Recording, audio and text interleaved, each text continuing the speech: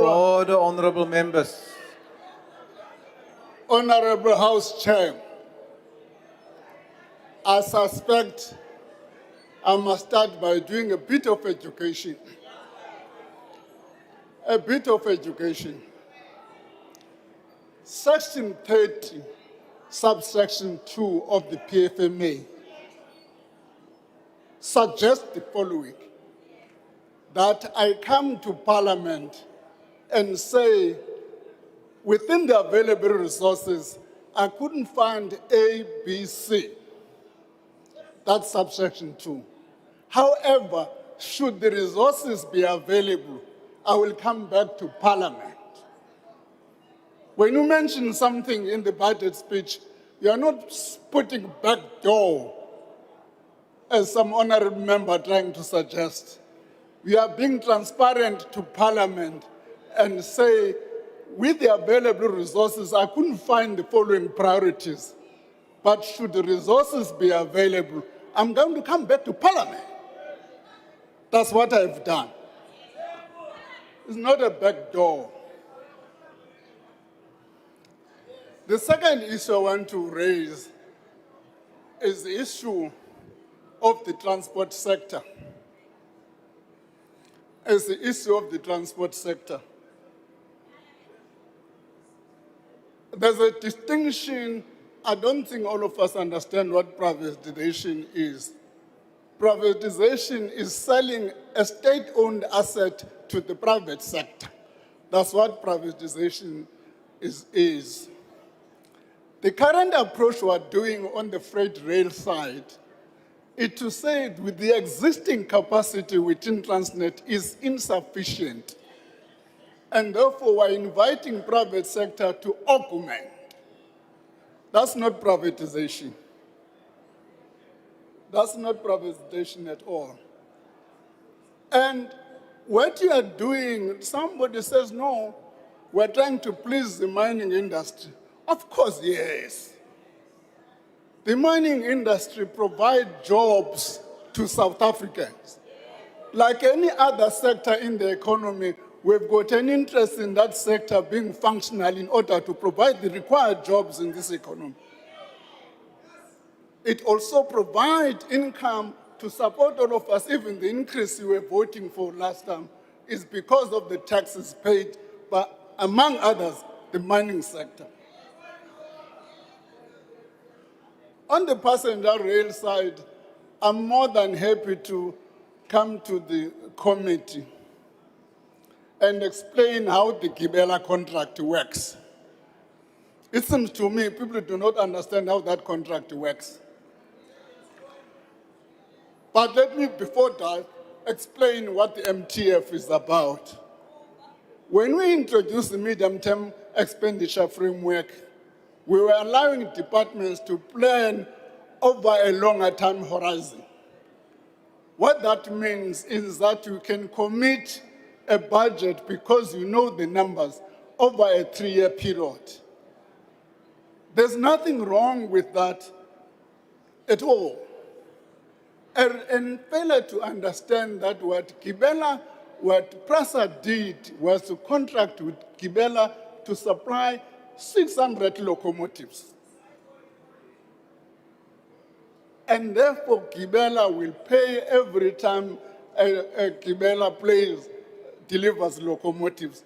There's nothing that says you are paying wrongly in doing that. So people must understand what is happening in that environment. Somebody complains about the 1 billion for the IFC. Let me say how much is the IFC spending in this country right now. Honourable Minister, will you just take your seat, please? I want to recognize the honourable member who has his hand up. Thank you, Honourable House Chair. No, I'm not going to pick on any of his clothing today. Please Will address the me, Minister- Honourable Reddy. Thank you. Thank you. Will the Minister be prepared to take a question on his role in the Fidentia Group of Honourable companies? members, I can't hear the Honourable Reddy. I can't hear the Honourable Reddy. Honourable Reddy? Yes. I would like to know if the Minister would like to take a question on his role. No, in Honourable Prudential- Member, let's first Prudential determine if the Group of Honourable Companies. Minister will take a question or not. Before I allow you to put the question, are you prepared? The Honourable about his Minister role is there. not prepared to take a question. Please proceed, Honourable Minister, Serious matter. whilst the You should Honourable answer. Reddy will now take his seat. Thank you. Thank you. Somebody has complained about R1 billion to the IFC. Let me quote some of the expenditures of the IFC in this country as we speak. The city of Johannesburg, they're spending 750 million rand. They're spending Entumungeni 1.2 billion rand. They're spending through TCA in Mkomazi 2.4 billion rand. They're spending 2.5 billion rand in Cape Water. That translates into 6.9 billion rand. You round it up into 7 billion rand. That's an amount, that 1 billion rand is a once-off. We may probably discuss the shares in the World Bank in 2030. This is the amount in exchange of what we are spending on. One member says we should have consequence management. Treasury does not have authority over other departments. Each department has got its own executive authority. Thus must ensure consequence management. When we allocated 2 billion rand for Parliament, for the construction of Parliament, at that point in time, the numbers were not finalized. We gave Parliament 2 billion rand as the first tranche, subject to further numbers being finalized. And those numbers have been finalized, and I'm told that the State of the Nation address next year will be in the rebuilt Parliament.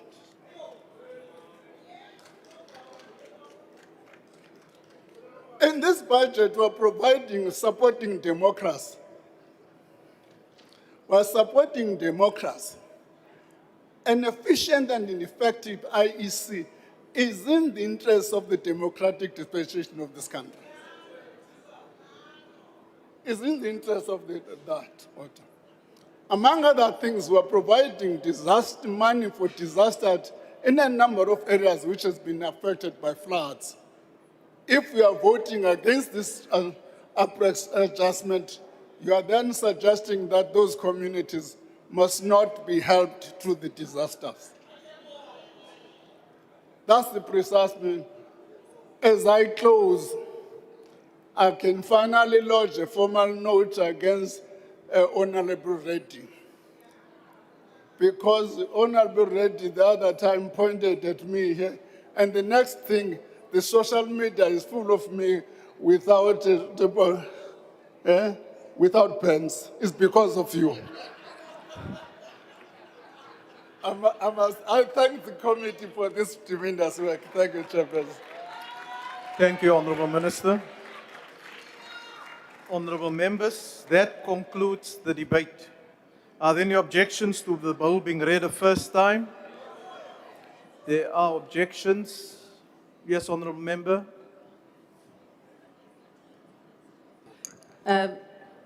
Thank you, House Chairperson.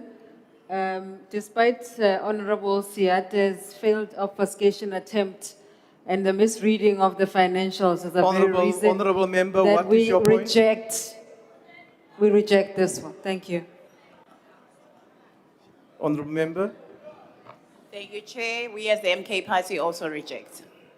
Okay, those are objections. I now put the question. Those in favour will say aye. And those against will say no. I think the ayes have it.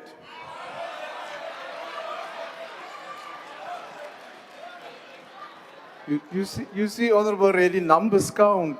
You can scream loud, but numbers still count if you look at this. Honourable members, I indicated I think the ayes have it. The objections of those parties that have indicated will be recorded. The bill will be read a first time. Special Appropriations 2025-26 Financial Year Bill. The Secretary will read the fifth order. Second reading, Special Appropriation 2025-26 Financial Year Bill.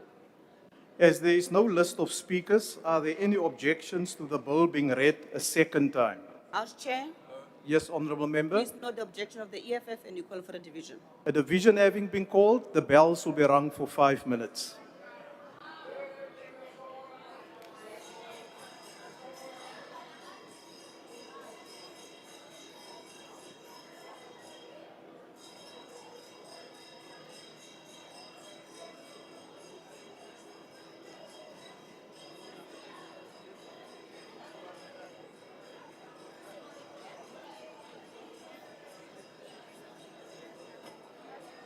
We're happy the Chief Whip of MK paid attention this time.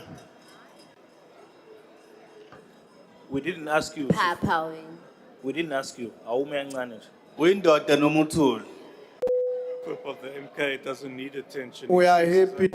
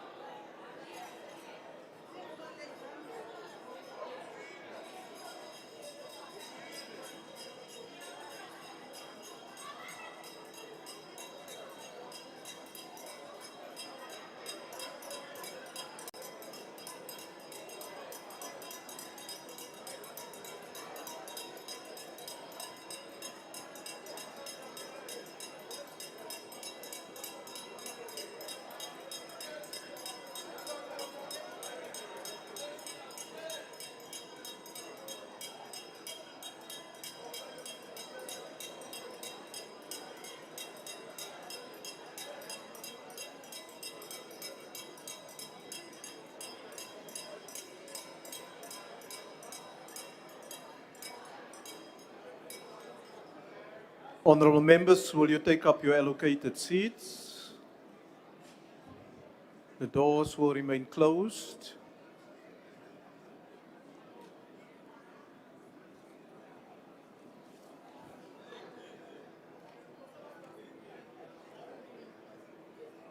Thank you.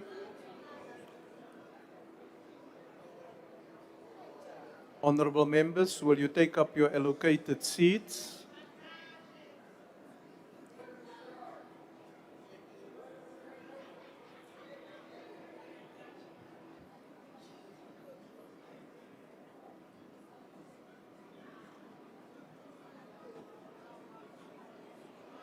Honourable members, the Speaker has determined that in accordance with the rules, a manual voting procedure will be used for this division. Firstly, in order to establish a quorum, I will request the table to confirm that we have the requisite number of members physically present in the chamber to take this decision. Party whips will then be given an opportunity to confirm the number of their members present and indicate if they vote for or against the question. A member who wishes to abstain or vote against the party vote may do so by informing the chair. Having confirmed that we do have the requisite quorum, we will now proceed. The question before the House is that the special appropriation bill be read a second time. Voting will now commence and the doors to the chamber will remain locked, and members will not be allowed to enter the chamber platform until voting is concluded. Whips, could you please confirm the numbers of your members present and indicate if they vote for or against the question? The ANC. Thank you, Chair, and good afternoon. The ANC with 132 members is voting in support. Thank you. The DA. Thank you, House Chair. The DA with 75 members votes in favour. MK. Thank you, Chair. The MK Party with 42 members vote against. The EFF. Thank you, House Chair. EFF, 35 members in the House, voting definitely against. Thank you. IFP. Thank you, Chair. The IFP with 13 vote in favour. Thank you. The PA. Thank you, Chair. Patriotic Alliance with 5 members voting in favour. Thank you. FF Plus. Thank you, House Chairperson. We are 4 members and we vote in support. Thank you. Action SA. Action SA with 5 members, we vote against. Thank you. The ACDP. The ACDP with 2 members votes against. The UDM. UDM. RISE. Rise 1 member, we support. BOSA. BOSA with 2 members in the House votes in support. Thank you. ATM. Al-Jama. Al-Jama, 1 member in the House, votes in support. The NCC. The PAC. UAT. The UAT vote against. Thank you. Good.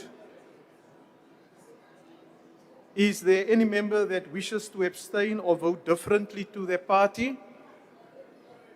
There's none. Thank you. The voting session is now closed.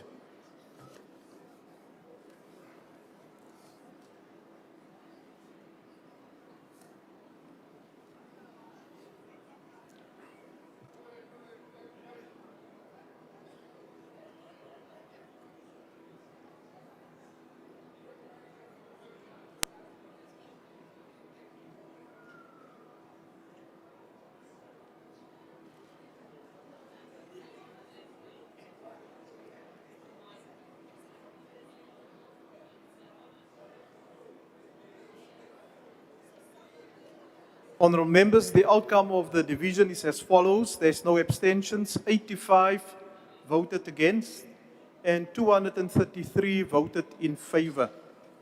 The question is accordingly agreed to and the Secretary will read the bill a second time. Special Appropriation 2025-26 Financial Year Bill.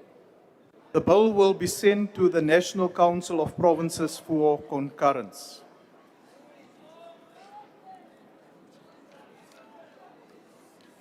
Honourable members, the Secretary will read the 6th order. Consideration of report of Standing Committee on Appropriations on Division of Revenue Bill. I now recognise the Honourable Chief Whip.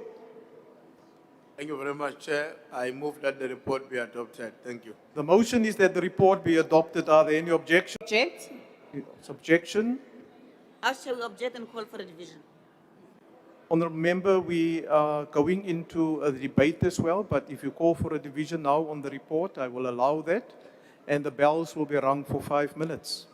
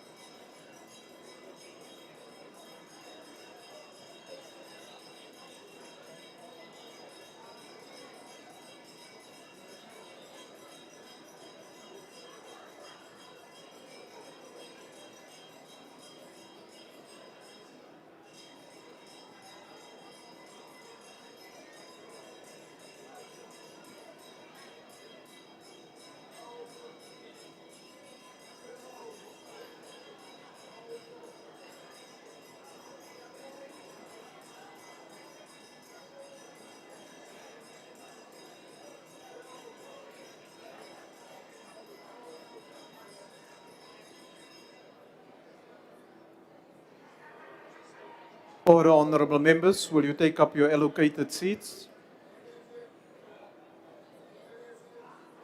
Honorable members, will you take up your allocated seats?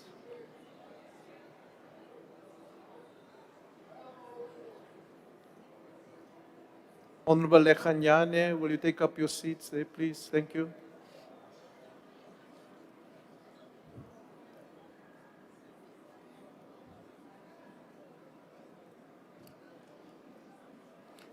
Thank you. Honorable members, as previously indicated, a manual voting procedure will be utilized. And once a quorum has been established from the table, we will ask party whips to indicate whether they vote for or against. Members wishing to abstain or to vote differently from their party position may do so by informing the chairperson. Having confirmed that we do have a requisite quorum, we will now proceed. The question before the House is that the report of the Standing Committee on Appropriations on the division of revenue bill be agreed to. Voting will now commence and the doors will remain locked, and members will not be allowed to enter or to exit the chamber. I will now request the whips to confirm the number of their members present and also indicate if they vote for or against the question. The ANC.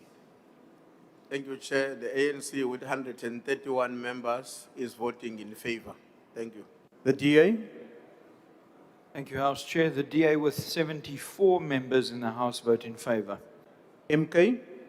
Thank you, Chair. The MK Party with 42 members votes against. Thank you. The EFF. Thank you, House Chair. EFF with 35 members in the House vote against. Thank you. IFP. Thank you, Chair. The IFP with 13 votes in favor.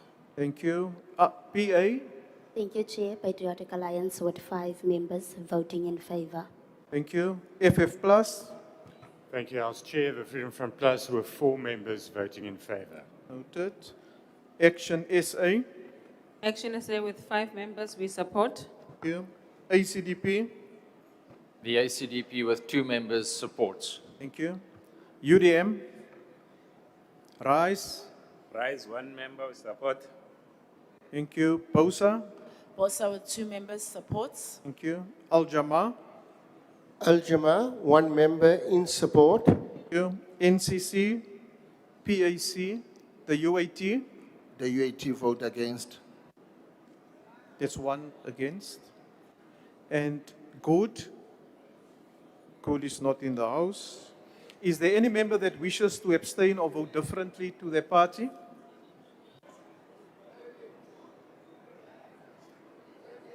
I omitted the ATM. Is ATM here? No, they're absent. Is there any member that wishes to abstain or vote differently to their party? There's none. The voting session is now closed.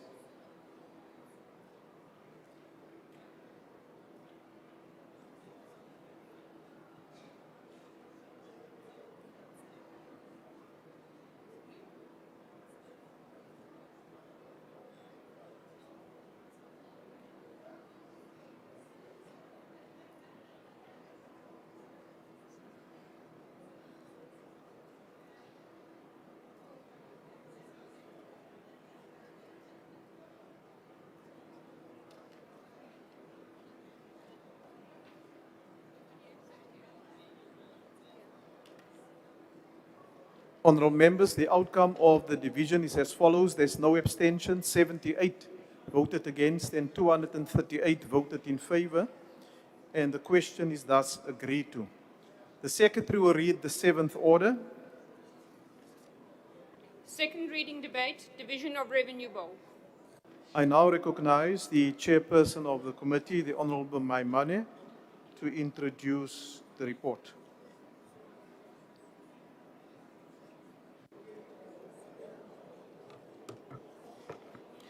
In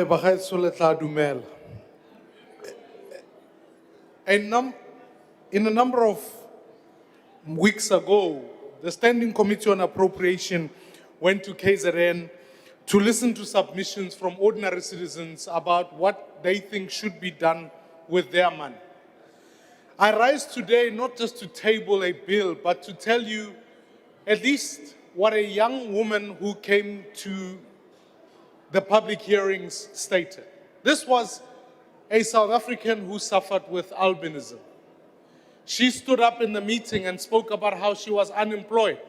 She lived in a community that had no water. She was still fighting the government to get her house.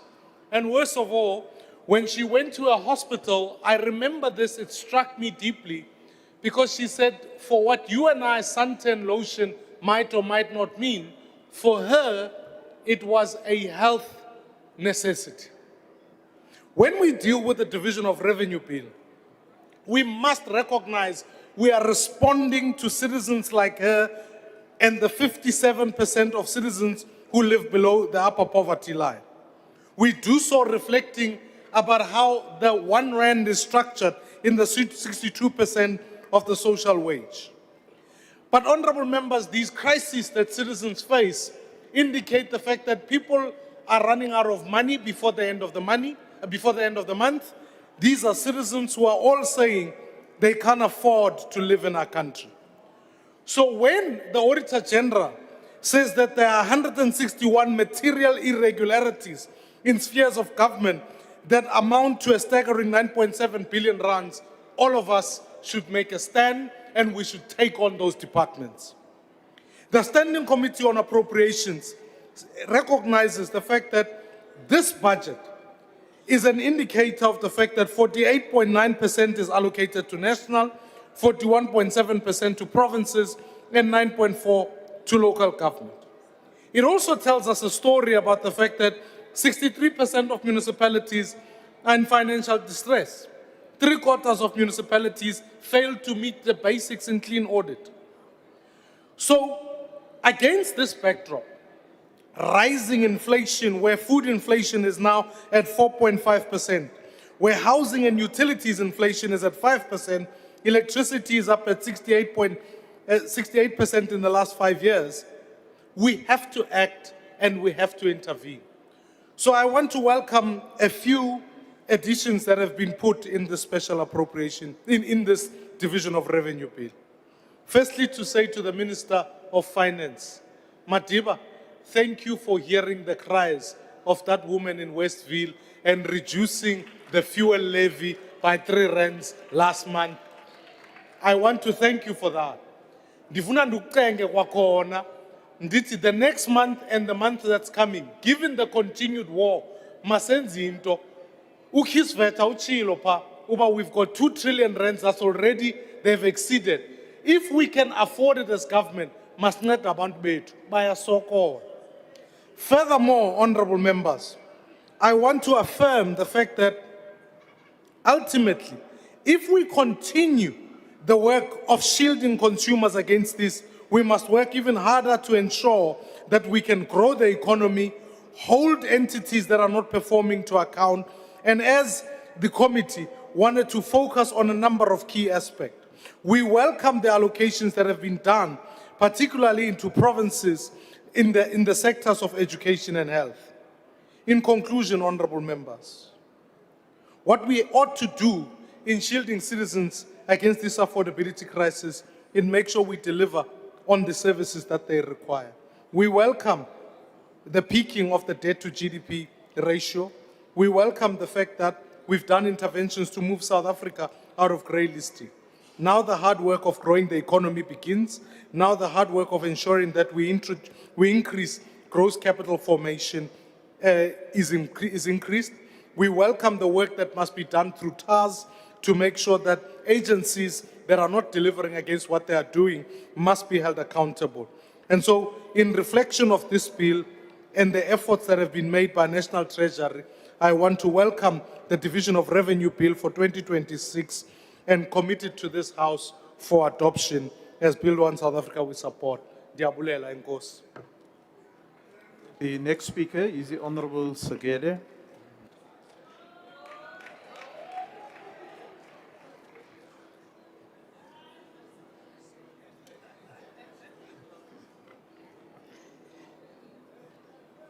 Thank you, House Chair.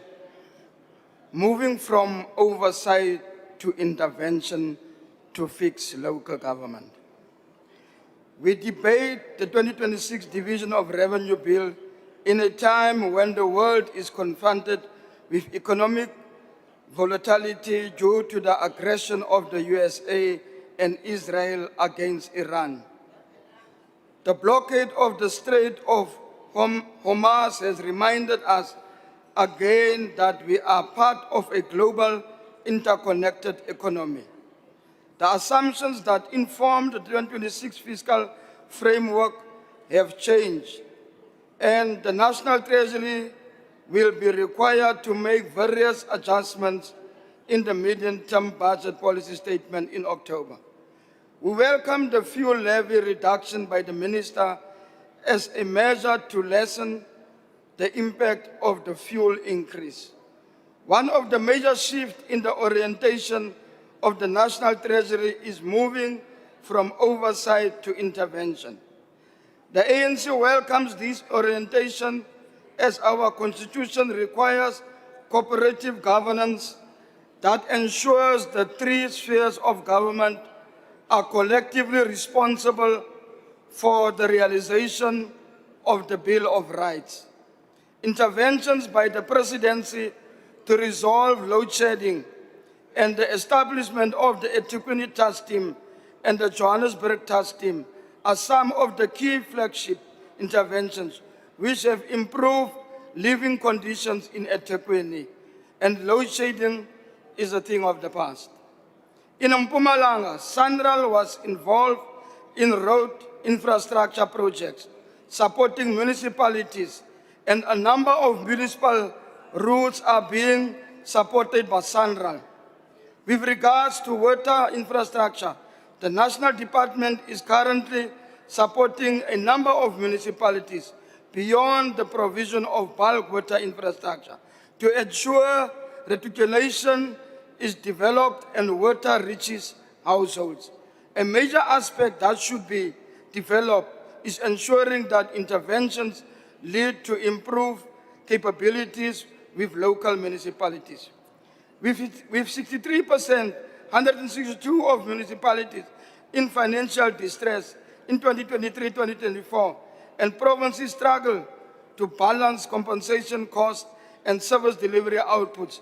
This approach has reached its limit. The Division of Revenue introduces measures that seek to enhance policy implementation at a local government level through clauses that allows the National Treasury to reallocate funds in non-performing local municipalities to its district municipalities that have the capacity to spend the funds and to serve the constituencies allocated such budgets. Furthermore, the DORA includes a clause to allow for the conversion of Schedule 5 to Schedule 6 allocations for non-performing local municipalities to ensure national implementation either directly or via another organ of state, including SOEs. These provisions in the DORA bring about a new approach that demands performance from municipalities, and failure of implementation should lead to the state utilizing some of its critical entities to execute the projects because communities lose the most due to municipalities in distress. These are the tangible measures to fix local government and to improve service delivery, thereby leaving no one behind. The Division of Revenue is allocated considering various factors and further aims to close the inequalities across different municipalities due to their capacity. This is evident with the higher per capita allocation for municipalities in rural areas and those with revenue limitations.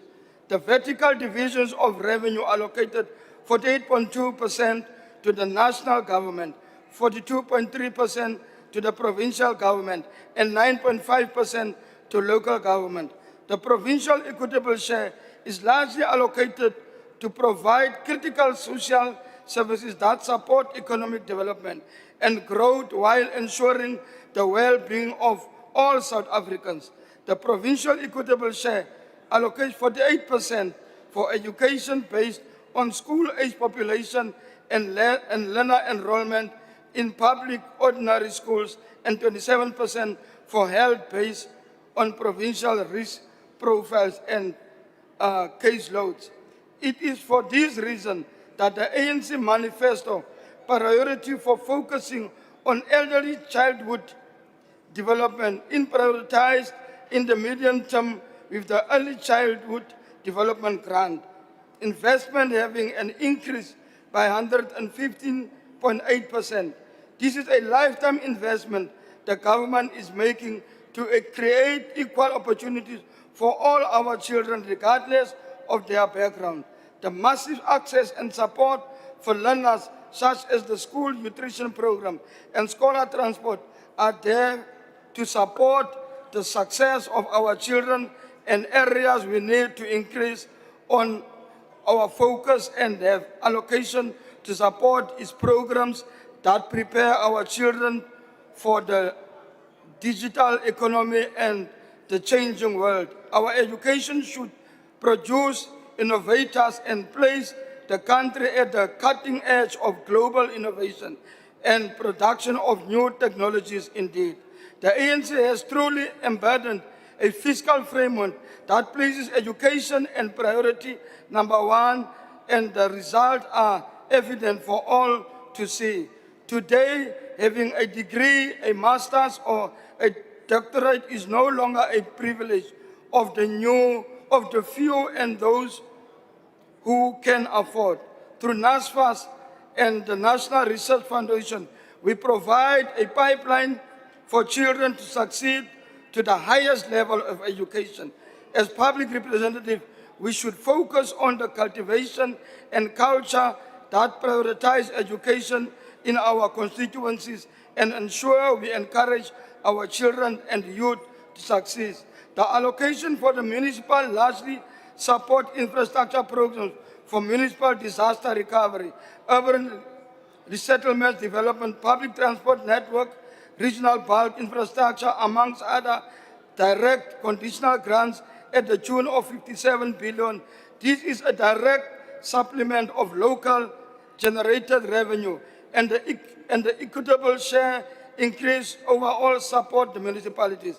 The ANC is confident that through the white paper review, a reimagined system will be implemented to improve local government funding and functioning.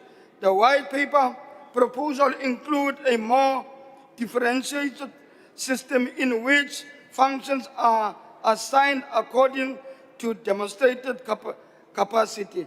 As part of the stimulus to respond to the coronavirus pandemic impact, the President introduced a presidential employment stimulus as a mechanism to tackle the high level of unemployment and to give the youth and the unemployed opportunities to acquire skills while providing support to government programs, acquiring real-life work experience which open doors for other work opportunities. The DORA allocates 1.2 billion for the presidential employment stimulus, continuing with the critical work of job creation. The creation of jobs requires the participation of all organs of state and the private sector to increase investment in programs and projects that create decent jobs opportunities. The ANC support the division of revenue bill as an instrument to support government policy implementation to improve the living conditions of all suffragans, particularly the poor and the marginalized. I thank you, Chief. Thank you. The next speaker is the Honourable Mwale.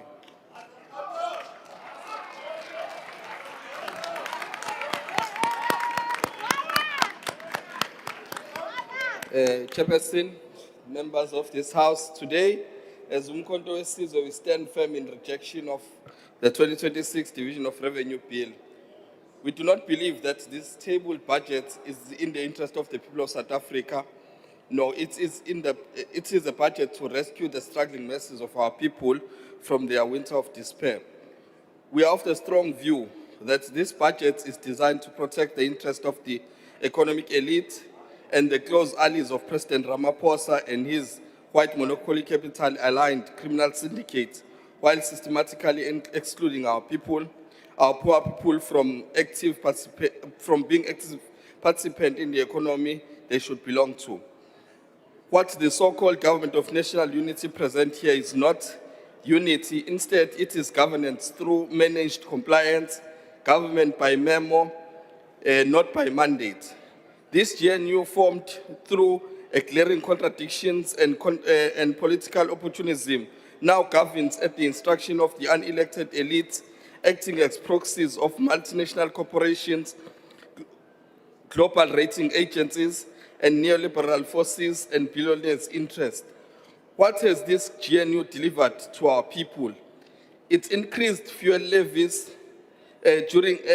driving up the cost of food and transport and education at administered prices, a real-term per capita decline in the essential budget for health, education, and policies. Because of the lack of engineering capability and capacity, billions remain unspent in school infrastructure, in school infrastructure fund, left untouched while our children sit on overcrowded classrooms without textbooks, without desks, without water and toilets. The GNU has gifted our people with high electricity tariffs that strangle small businesses and poor households alike. The GNU is now moving briskly to privatize water again taking from the poor to give the few elite. The hypocrisy of this government is staggering. Some fringe political parties support a budget that protects the rich and inflates fuel levy, which disproportionately harm the poor. The so-called GNU is a state capture by different means. It is the real capture, not the persuade or state capture tale of yesterday, but the one where economic decisions are made by unelected actors behind closed doors. While Parliament became a rubber stamp, the Operation Vulindlela is a nerve center of the elected elites, rubber stamping the wishes of the unelected white privilege. The numbers paint a glaring picture of this economic betrayal manufactured by the so-called GNU. 41% on national unemployment, 35.5% unemployment amongst women, 65.5% amongst the youth, and 11.7% unemployment amongst university graduates. Is it a developmental state or is it a broken economy in terminal decline? Billion in unspent local government infrastructure funds, while communities face collapsing roads, broken clinics, non-existent sanitation. A projected GDP growth at a rate of 1.8, a number so fancifully and creative that even the Financial and Fiscal Commission and the Parliamentary Budget Office have rejected in its pure offenses. We cannot build a credible nation on the economy.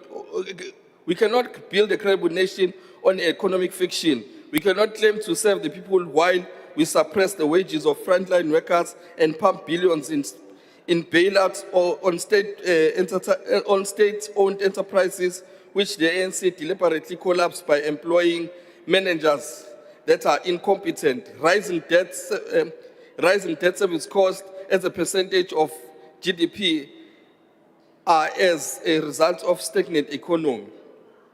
This bill is not just economically reckless, it is socially explosive. Service delivery riots in Eastern Cape, KwaZulu-Natal are no accident. They are a direct result of rolling blackouts, unaffordable electricity tariffs, government's refusal to intervene meaningfully in the economy to reduce poverty. Now we have fashion-bed laws that allows the Road Extent Fund to legally pay undocumented foreign nationals in this republic. Who does that?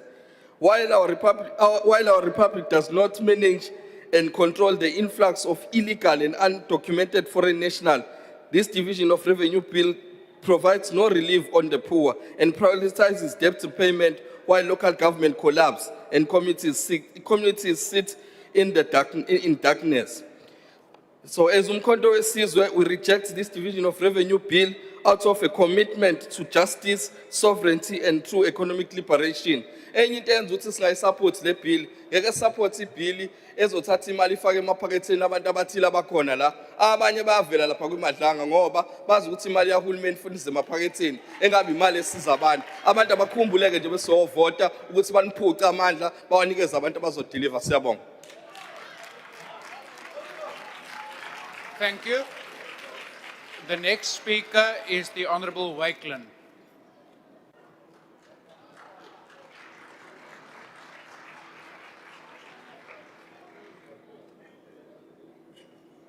Honourable Chairperson and honourable members, last year this time I highlighted how successful the DA municipalities and provinces were with the allocation they received from the DORA bill.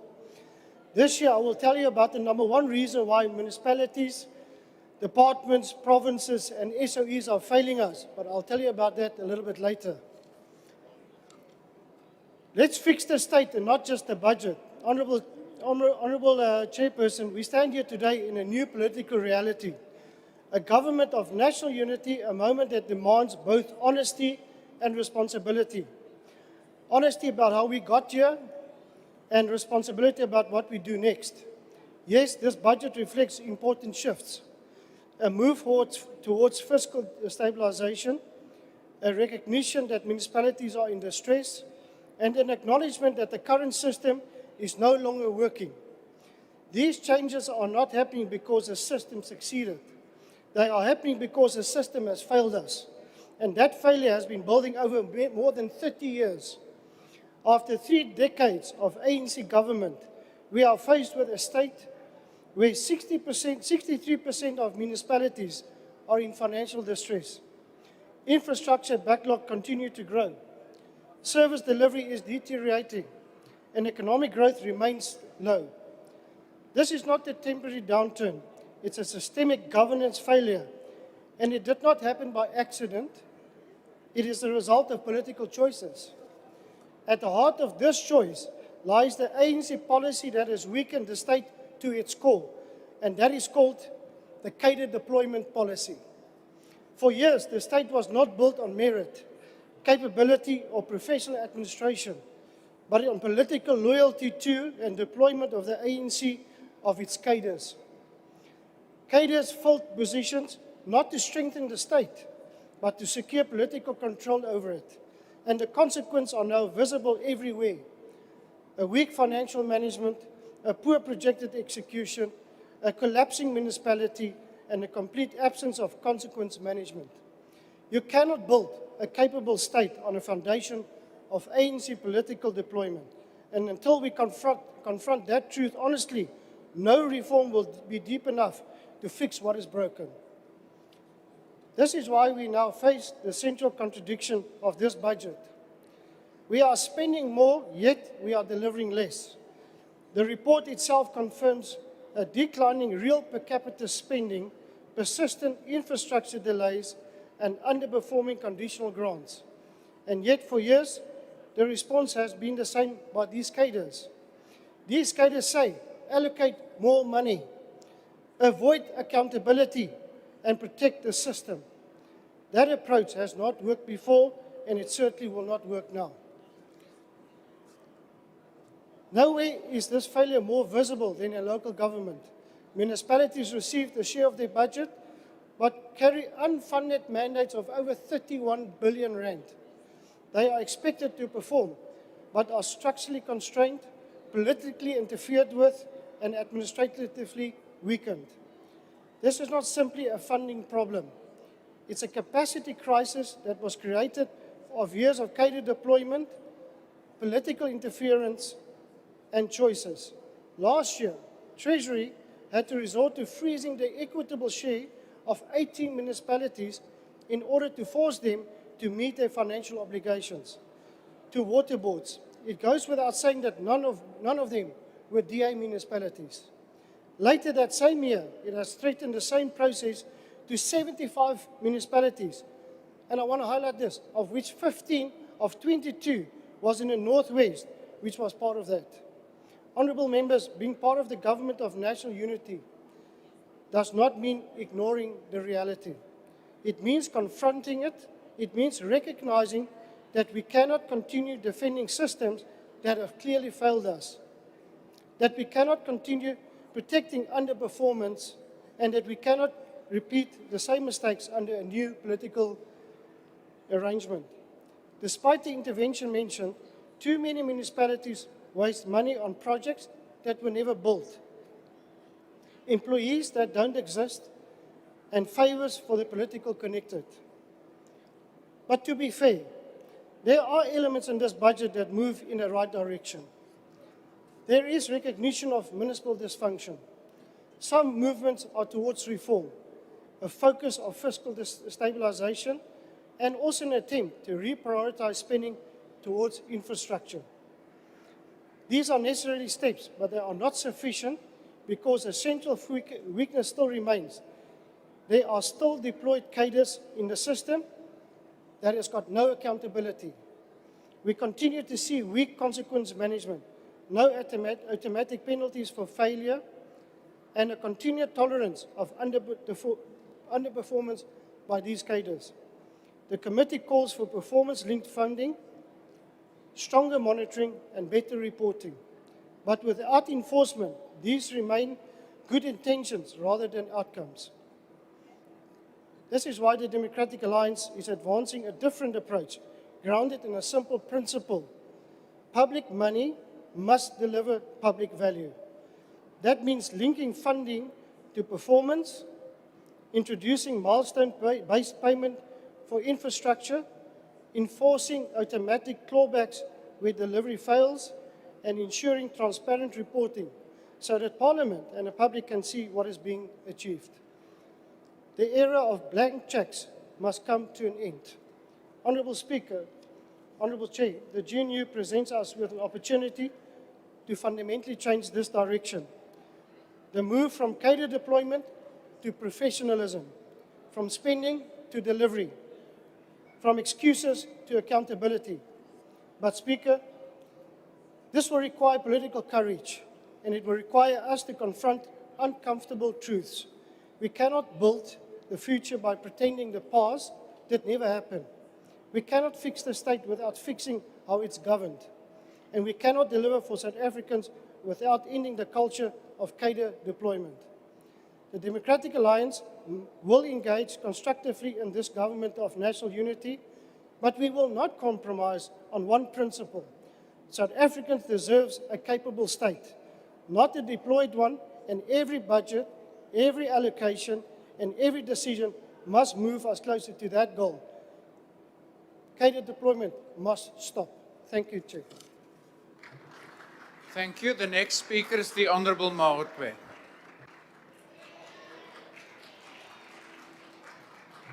Thank you very much, House Chair. Greetings to the Commander-in-Chief of the only credible economic emancipation movement formed by the blood of Marikana massacred workers that continues to belong to the poor, the working class, and all progressive South Africans. House Chair, the people of South Africa can be rest assured that as the EFF, we are going to appeal the malicious conviction and sentencing of the CIC, which was driven by racist AfriForum's persistent persecution. It was a racist-driven conviction and sentencing delivered by a racist judge who seeks to strip us as a people with a long and proud history of honoring, celebrating, and saluting our heroes, as was the case during the funeral of Chris Hani. Our president is being persecuted by racists who roam freely committing acts that border on treason, spreading falsehoods about a non-existent genocide simply because of his love for black people and his unrelenting support for Palestine and Cuba. We will not retreat, we will not surrender. We will appeal this matter all the way to the highest court in the land. House Chair, the bill before the National Assembly, the Division of Revenue Bill, is the legal instrument that allocates 2.4 trillion budget across the national, provincial, and municipal spheres of government. It is arguably the most important fiscal framework before this House because it determines whether our people in municipalities will have water, electricity, sanitation, functioning roads, waste collection services, internal state capacity, and adequately resourced municipal police to enforce bylaws.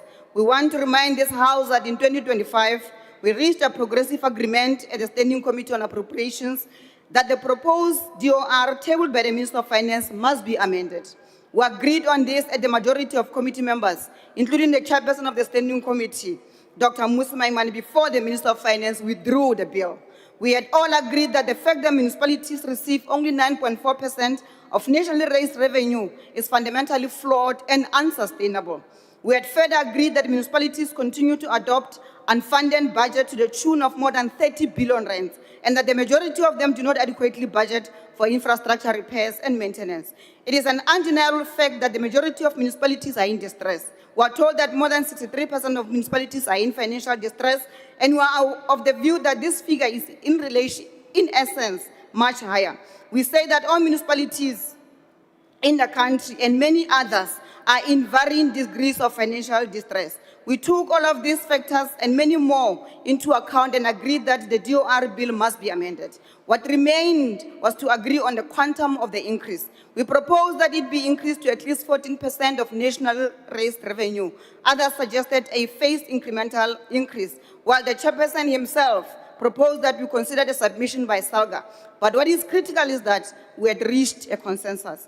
Members, the fact that we are now back in this House, once again expected to adopt a DOR that changes nothing, is a clear demonstration of policy stagnation and a failure of political will. We're approaching the 2026 local government elections, yet we are not going to create jobs. We're not going to provide reliable water and electricity. We're not going to clean illegal dumping sites, and we're not going to provide our people with dignified sanitation. This is madness, Chairperson. This is doing the same thing over and over again while expecting the different results. It is not going to help us. What the Minister suggests when he speaks of implementing measures to revitalize long-term financial planning without confronting the fundamental imbalance of the DOR is nothing more than wishful thinking. It will not give him or us the results that we want. We're being asked to adopt a fiscal framework and division of revenue that only functions if we deliberately choose to ignore the lived realities of our people with regards to unemployment, crime, poverty, gender-based violence, malnutrition,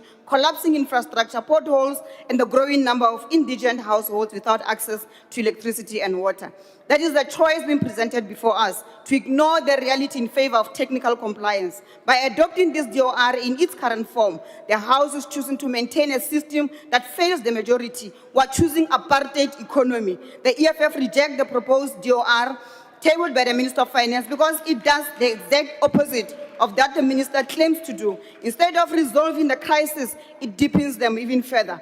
It is unashamedly perpetuating poverty and reproducing the structural conditions of apartheid under a black democratic government.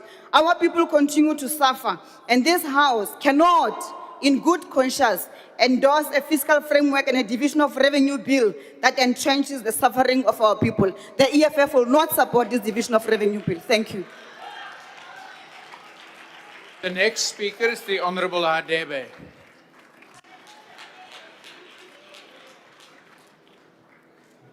Thank you, House Chairperson.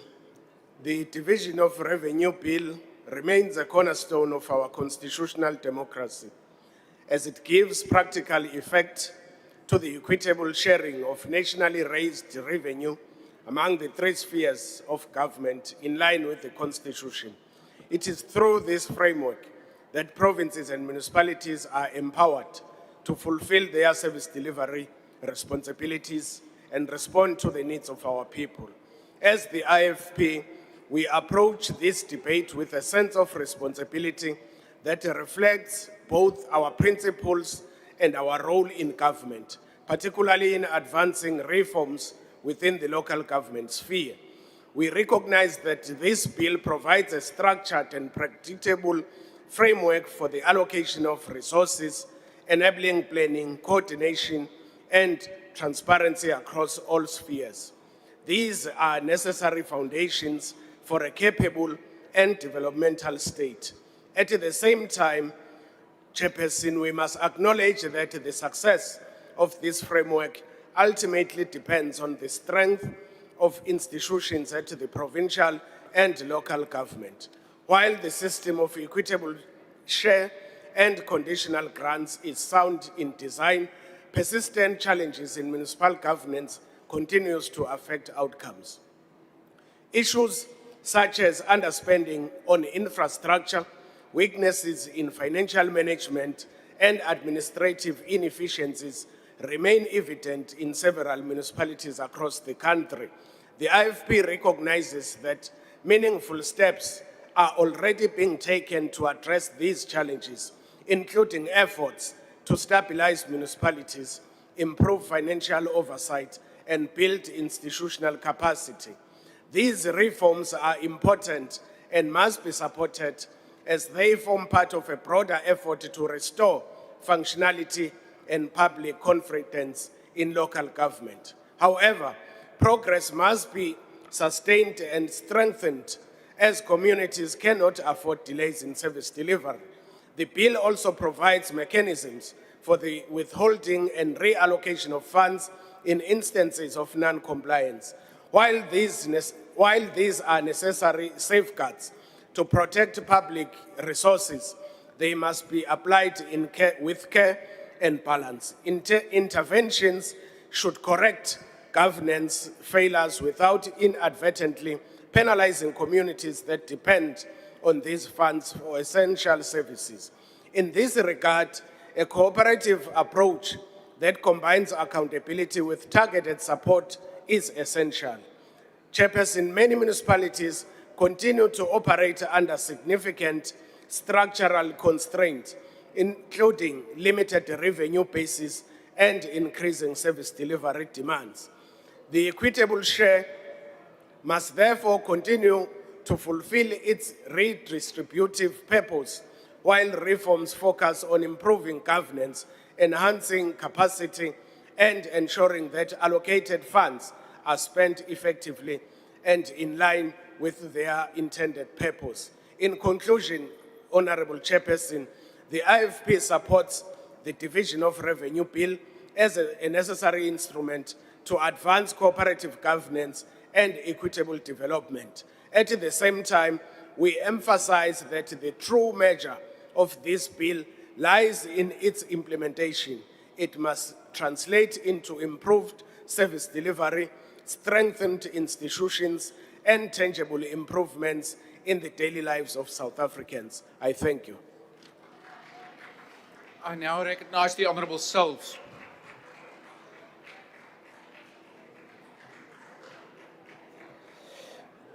Once again, I proudly greet you in the wonderful name of our Lord and Savior Jesus Christ. Wenkia Ahuniki. We have spent the last few days deeply embedded in the pages of the Division of Revenue Bill. Our scrutiny is driven by one purpose: ensuring that the equitable share is truly equitable for the mother in a township, the father in a suburb, and the youth in our informal settlements of areas like Kliptown and Klipspruit, West Johannesburg. We must use this bill as a tool to bridge the gap between the promise of our Constitution and the reality of our streets. When we look at the allocations, we see billions moving towards infrastructure. In KwaZulu-Natal, our Black African, Indian African, and colored African communities, from the busy streets of Chatsworth, Phoenix, to the heart of Umlazi, Port Shepstone, and Kokstad, are watching this budget closely. They are looking for the 464 million set aside for school sanitation to actually reach the schools that need it most.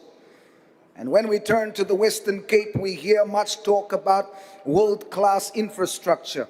We see aspiring mayors who inflates votes and conflates deceptive election campaigning with genuine service delivery. Whilst the true fabric of their organization is reflected by the picture of the white guy in black clothing pretending to pull the boat, when in reality is the guy with black skin in a blue t-shirt who was actually the one pulling the madam in the boat.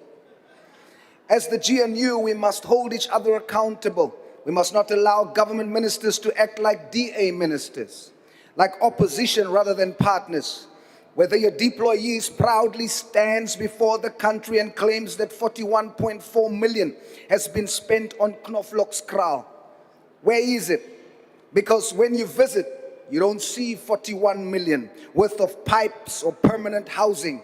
You see a community of Kwe and San descendants reclaiming ancestral land because the system has failed them. Their deployees calls for a containment order.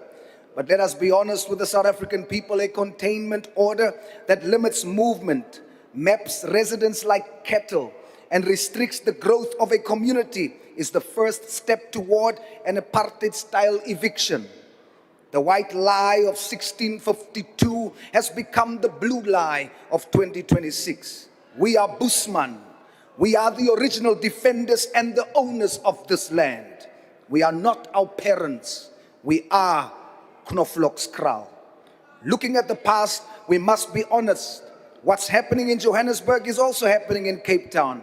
We need someone who is so serious about the urgency of this time to change municipalities that is wearing two watches. Section 17 and 18 of this bill allow for the withholding of funds if you fail to perform. If accounting officers do not implement the smart meters grant to ensure financial stability, or if the informal settlements upgrading partnership doesn't result in dry floors for the people of Dunun and eThekwini, they must be fired. We believe in a South Africa where your dignity isn't determined by your postal code or the color of your skin. The bill provides for rands and cents. The GNU provides the will and the backbone. Let us move forward, ensuring that every cent of this revenue builds a country that finally works for all its people. I thank you. PA supports. Salute. The Honourable Wessels.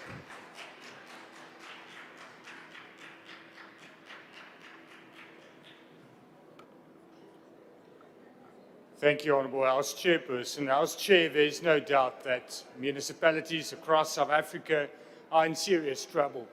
We can all cite examples. We can cite a lot of figures of 60%, more than 60% of municipalities that are currently in distress. We know how little municipalities have clean audits.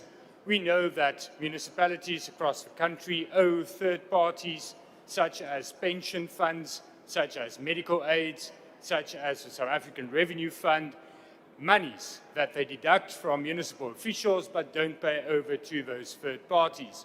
We know that people are not receiving services. We know that infrastructure are not maintained and that it's collapsing, that people are suffering due to a lack of water supply, due to those shortcomings. The question is, will funding solve the problem?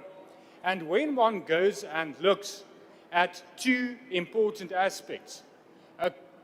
Since 2010, the municipal revenue has increased by an average of 360%.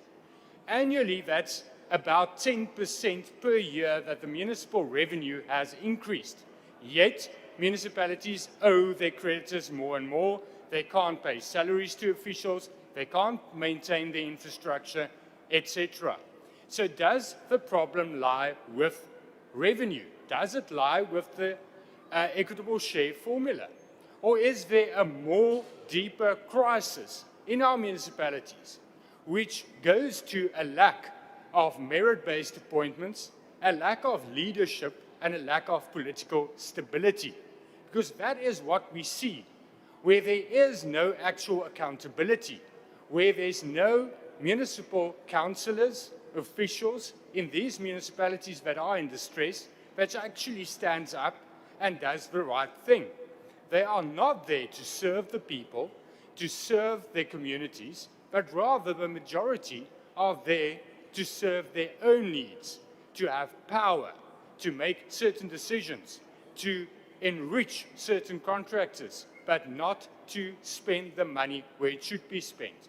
The other factor that points to the fact that it can't be a lack of funding is the fact that municipal infrastructure grants are underspent by billions.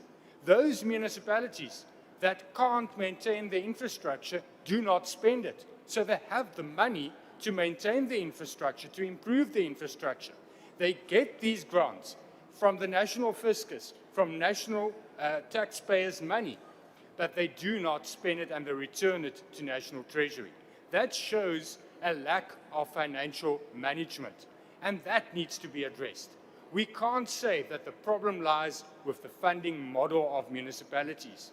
The danger, though, Chairperson, is that it's very easy then to say we should centralize. We should take away indirect grants. We should rather have it, or direct grants, and make it indirect grants. We should rather spend the money nationally on behalf of these municipalities that do not have the sound leadership and accountability. But that is moving in the wrong direction, because we need to have decision-making closest to the people. Service delivery will not occur if we centralize municipal governance and service delivery. We need to have it closer to the people. The solution lies at the election, where people have the opportunity and the time to elect responsible councillors and responsible municipal leaders. I thank you. The next speaker is the Honourable Trollip.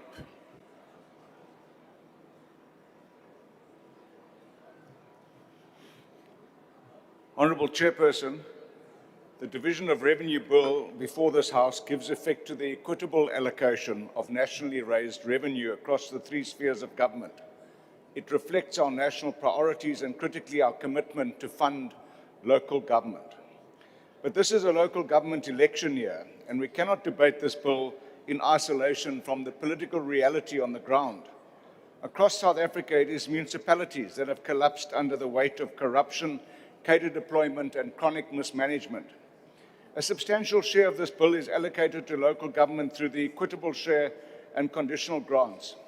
These funds are meant to deliver water, sanitation, electricity, refuse removal, and to maintain critical infrastructure, not to fund elections, not to enrich municipal officials, councillors, and other politicians. Yet in municipality after municipality, these basic services are failing. Communities are left without reliable water services, wastewater flows in our streets, into our rivers and into our oceans. Roads disintegrate, electricity supply becomes increasingly unstable. Honourable Speaker, or Chairperson, the House is not simply the problem is not simply how much we allocate. It's what happens after the money arrives at its destination, the municipality, the coalface where service delivery is to take place. Too often, municipal funding has become a revolving credit card for the governing party, repeatedly topped up by national government, while the same political actors preside over their decline. Billions are transferred, yet infrastructure continues to collapse, and service delivery continues to deteriorate. And equally criminally, underspending has also become the hallmark of dysfunctional municipalities. Money is returned unused to Treasury at the expense of citizens living in dysfunctional municipalities. The Auditor General has consistently highlighted irregular expenditure, weak financial controls, and near total absence of consequence management. But those responsible are rarely held accountable. Instead, they are protected, redeployed, and simply allowed to continue. And the division of revenue continues. Not in Action SA, however. Tshwane Mayor Dr. Nasipi Moyo showed what you do with people who misappropriate public funds or involved in impropriety. Within 1 week, she fired a mayoral committee member who'd been implicated in the Madlanga Commission. Many in this House have succumbed to impropriety, but still sit here with no consequence. This is the real crisis facing local government, not just a failure of administration, but a failure of accountability. Action SA supports this bill because municipalities must be funded and communities cannot be punished for the failures of those who govern them. But let us be clear, this support is not an endorsement of the status quo. We must fix local government, which incidentally is Action SA's slogan. We cannot continue to transfer billions to municipalities governed by those who have demonstrated time and again that they cannot be trusted to manage public funds or deliver services. Funding must be matched with strict conditions, measurable performance, and real consequences for failure.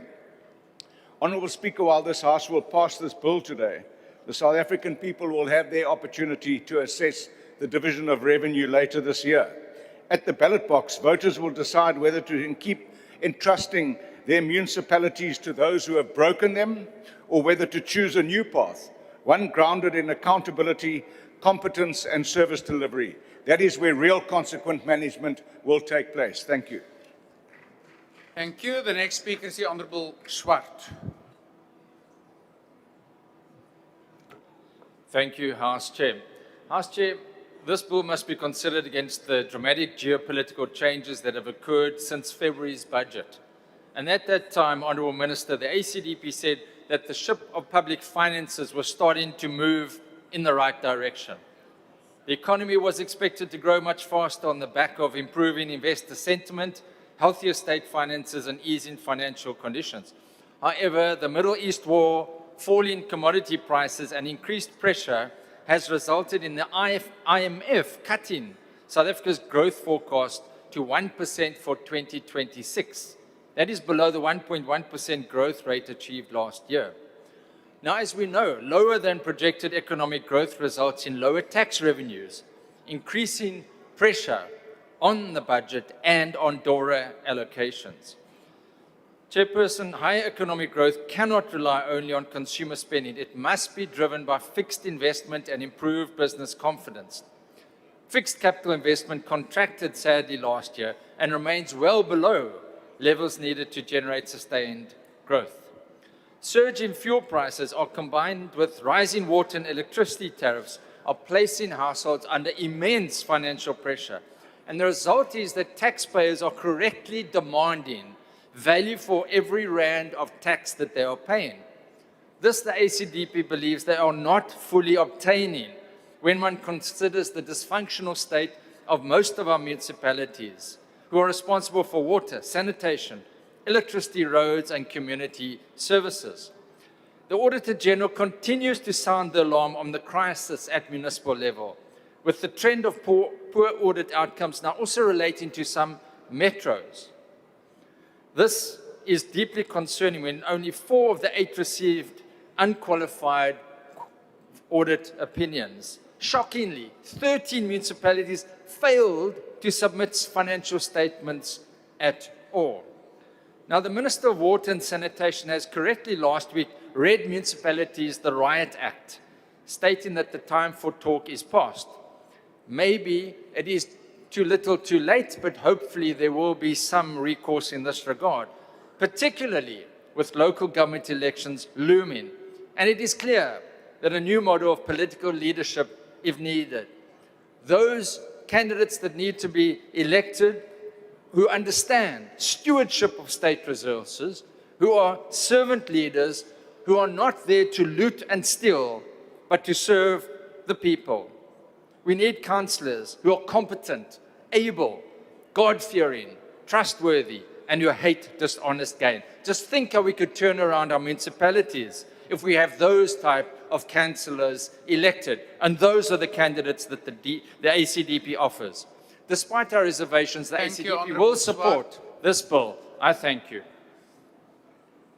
The Honourable Garner.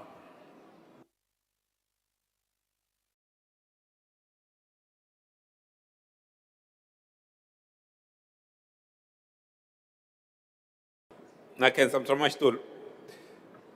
Mtramashitulu, I rise today to highlight 2 issues that are typical of the importance of this part of the budget process. And that is the provincial allocations for health on the one hand, and what the state of local government is on the other. Earlier this year, my colleague and the leader of Rise Mzansi, Honorable Zivi, undertook an oversight visit to Grey Hospital in Kongo. What he reported is devastating. Unkept, filthy grounds, poor building hygiene, an emergency section overflowing with patients because there aren't enough wards in the hospital and the waiting area is out in the sun or the rain. There aren't enough attendants at the morgue, and the few porters available now attend to the morgue whenever they can. The hospital also did not have an occupational safety certificate. Firstly, we are thankful to the Eastern Cape Provincial Government for rushing to fix some of these problems, And we have had positive feedback from residents since. But unfortunately, Grey Hospital is not an exception. It is the norm. Following his visit there, he was inundated with complaints that Bishop Hospital, St. Barnabas Hospital, and many others are also found wanting. Millions of South Africans depend on the public health system, but it essentially abuses their rights and dignity through systematic failures. Yes, there are rogue officials, but this is mainly a funding problem. We appeal to the Minister of Finance and the House to start making serious reallocations to the health sector, especially provinces like the Eastern Cape and Limpopo, where most South Africans are poor and can't afford private doctors and hospitals. Health is a basic human right. We have an obligation to provide for it, especially to the most vulnerable. The second area is local government. Municipalities are at the forefront of our national moral obligation to provide basic services. Unfortunately, they are failing. While the funding model needs to be revised as soon as possible, the reality is that municipalities waste funds and are riddled with corruption. The Auditor General is increasingly making findings of causing public harm. House Chair and members, we must enable Treasury to place conditions for the transfer of the local government portion to certain municipalities if we are to stop the wanton theft of public funds. South Africans deserve a better, and only the power of the purse can create the accountability structure so lacking in municipalities. We will support this bill. Councillor Mtramashtur. Thank you. The Honourable Glaser Webster.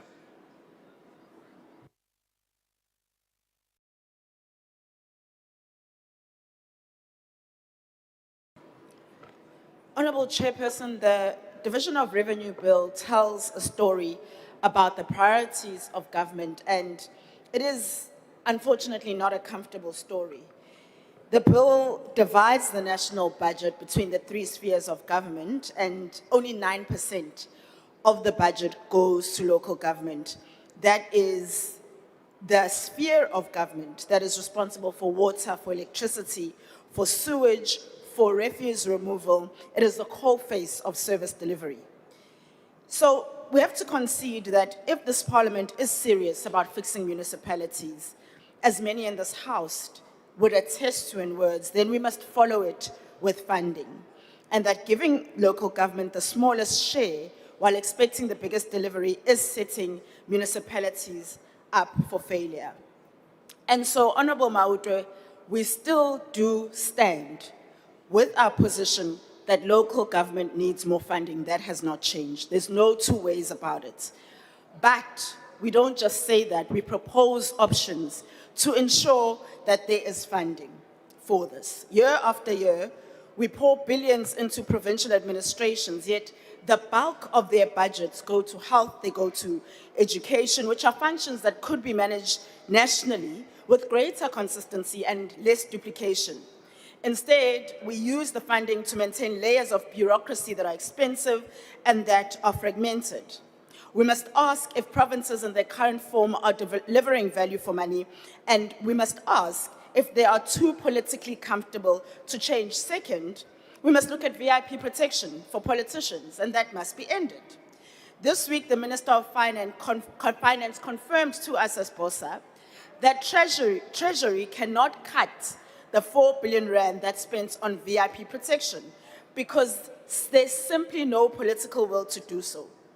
So essentially that he can't touch spending on protection for politicians because it is a holy cow.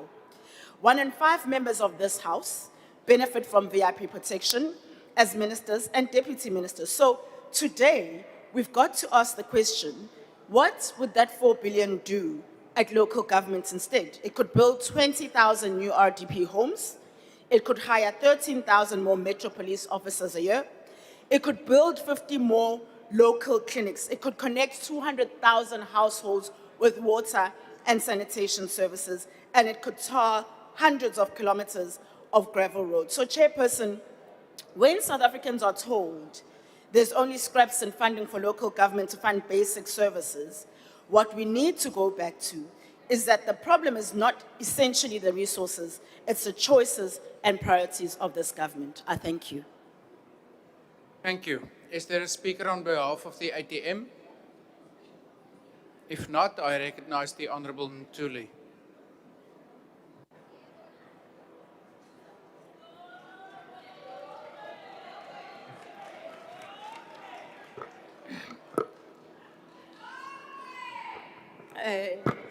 Honorable House Chair, honorable members, fellow South Africans, I rise in today in support of the review of the white paper on local government, a matter of profound national importance. It is the municipality that must ensure water flows from taps, refuse is collected, roads are maintained, street lights functions, and communities experience the dignity of basic services.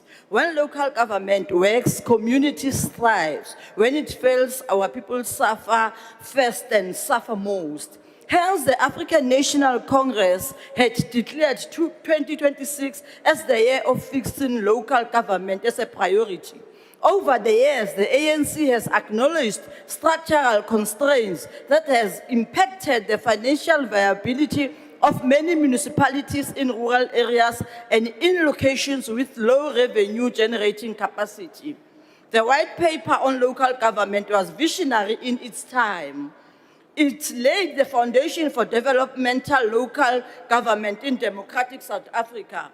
But honorable members, our country of today is not the country of yesterday.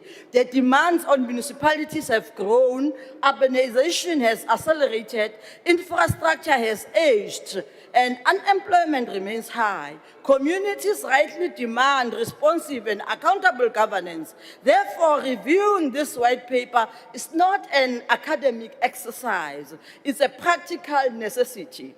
The seventh administration has begun the process of the white paper review with the intention of a system-wide reset. The review aims to fix broken service delivery, weak revenue collection system, bloated debtors books, and capacity gaps, fostering a more modern, efficient, and accountable local government structure. A major aspect of the review is the work being done by the National Treasury on the review of the local government fiscal framework. As part of our public participation process on the division of revenue bill, stakeholders have called for an increase in the equitable share allocation for local government, changing the division of revenue distribution, where every rand allocated to local government must translate into visible service delivery. The ANC in Parliament will advance engagements on the local government fiscal framework to ensure municipalities without an adequate tax base are supported by the fiscals, considering different shelters such as the special structure of the municipalities and the cost of service delivery.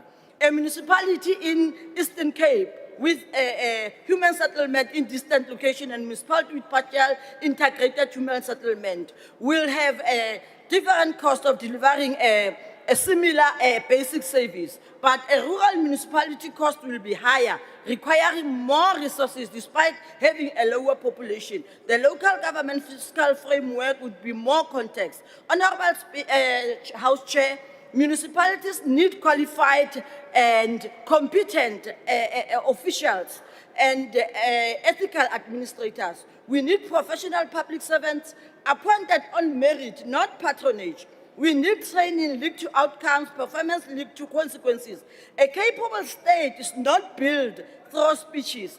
It is built through competent people, clear system, and a culture of accountability. Our constitution established 3 of-government spheres.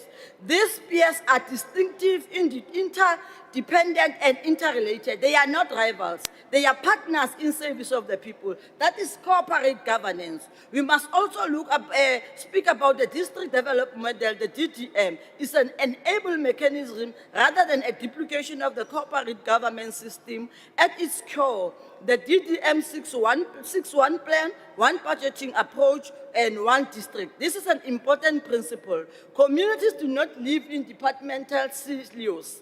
A resident does not separate roads from housing, clinics. People experience government as a whole. I will want to mention to you, honorable members, about the interesting successes of the DDM I witnessed in the ANC-led municipality in Kanyakute, led by Mayor Councillor Spile Mtaka. The district, the national, and the province, they worked together. The focus on water provision through DDM yielded very positive results. Department of Water issued the license water to use to have access on the 5th largest dam in the country, which is Jozini Dam and Upongola River. This water use license has been extended to black farmers who were historically disadvantaged, enhancing their production in the field. Inhlupheko nobupa kwehlile, umkhiqizo wabo muhle kakhulu. It's all over the world. Bayadayisa, bayakwazi ukuyiphilisa. And also this has enabled potable provision of water emachibini ejozini. Lapha abantu bekungacatshanga ukuthi bonke bathola amanzi. 1,000 families in May 2025 bathole amanzi. And also abantu basemaphaya received water in February 2026. So the DDM provides a platform for integrated planning across the spheres, but it must be beyond meetings and paperwork. It must become an instrument of implementation. Plans without delivery are merely promises on paper. Each district plan must contain measurable targets, funded priorities, and transparent reporting. Communities must know what is promised, what is budgeted, and what has been delivered. Honorable members, no review of local government can be complete without emphasizing local economic development. Municipalities are not only service delivery institutions, they are engines of local growth. A municipality that maintains roads, processes permit efficiently, provides reliable electricity.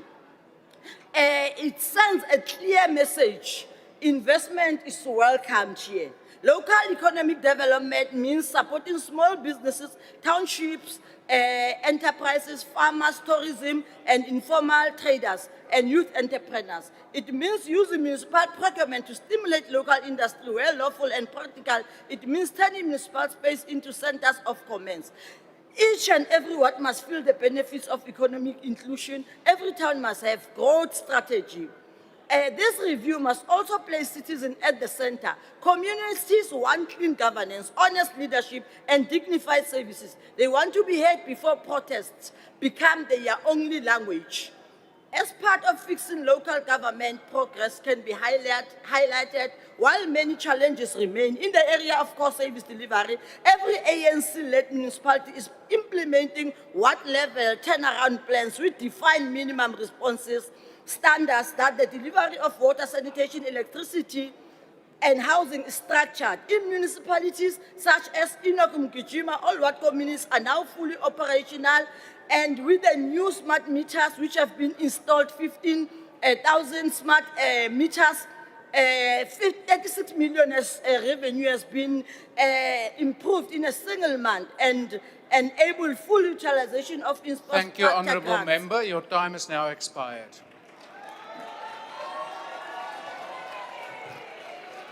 The Honourable Dr. Mahlatse.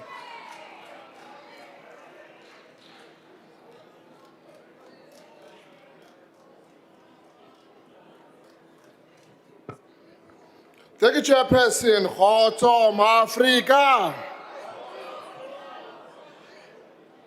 The division of revenue bill lacks authentic solutions and bold interventions.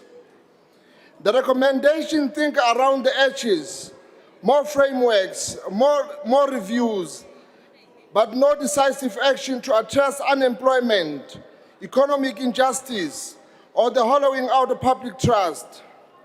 The UAT cannot support the bill that maintains the status quo, failed to build the internal state capacity, and does not deliver on a radical economic transformation. Municipalities are told to have autonomy, yet their spending is prescribed down to the number of roads surfaced, parks built, waste vehicle purchased, and EPW work opportunity created under the grants like the Integrated Urban Development Grant. The bill failed to confront and train system of entrepreneurship within the Department of Basic Education and the Department of Transport, especially in allocation of school bus contracts. Instead of creating sustainable jobs by directly employing qualified drivers from our communities, funds are channeled through tenders, opening doors for misappropriation, embezzlement, and even violence against honest bidders. The bill should promote direct employment, professionalism, and accountability, not enrichment of the few at the expense of many. Provinces are further told that if condition grants fall short, they must fund the deficit from their own equitable share. The poorer the province, the heavier the burden. Thank you. The Honourable Douglas.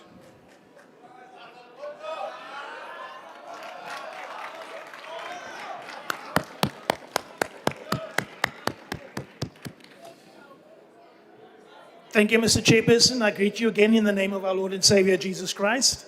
MKP rejects the Division of Revenue 2026 as fundamentally flawed in its design and policy direction and its political direction. Let us stop pretending. This Division of Revenue Bill is not fixing South Africa in real terms at all. It is managing a crisis that is getting worse year in and year out.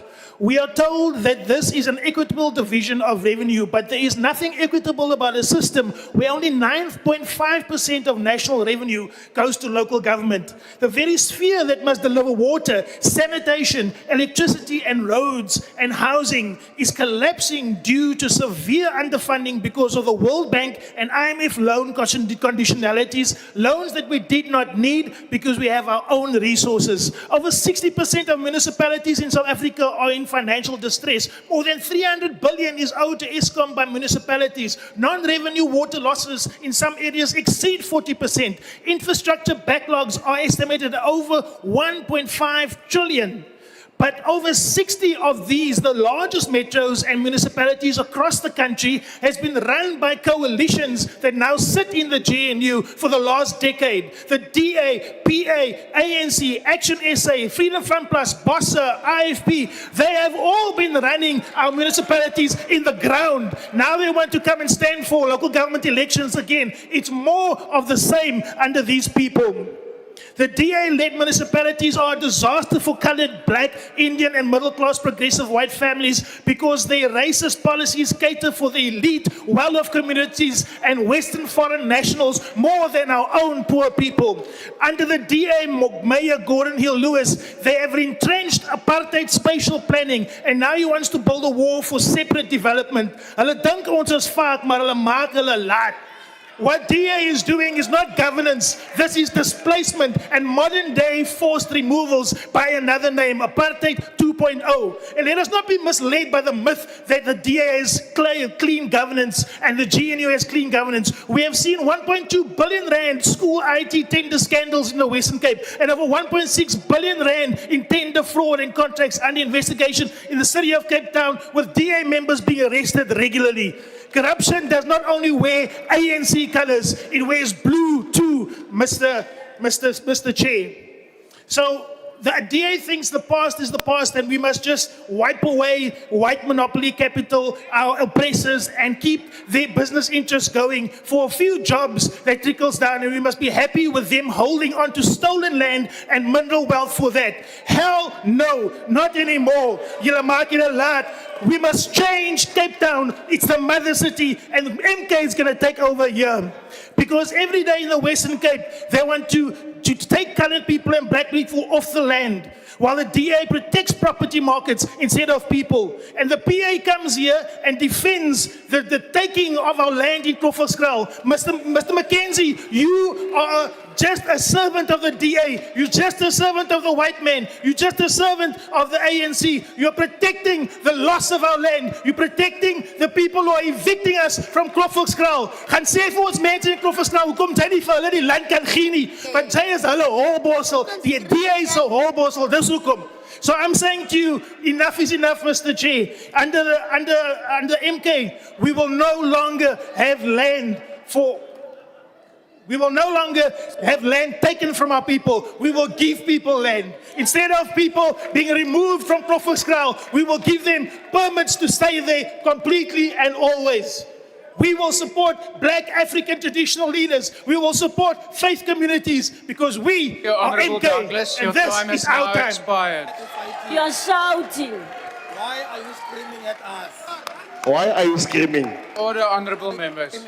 You're shouting at the GNU. The Honourable Dr. Burke.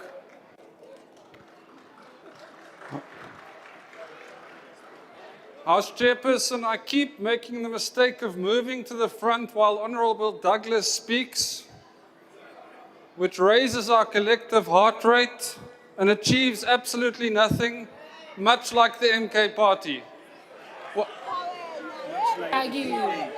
What he fails to share with this House is the city that he mentions, Cape Town, has an average unemployment rate 10% below the national average.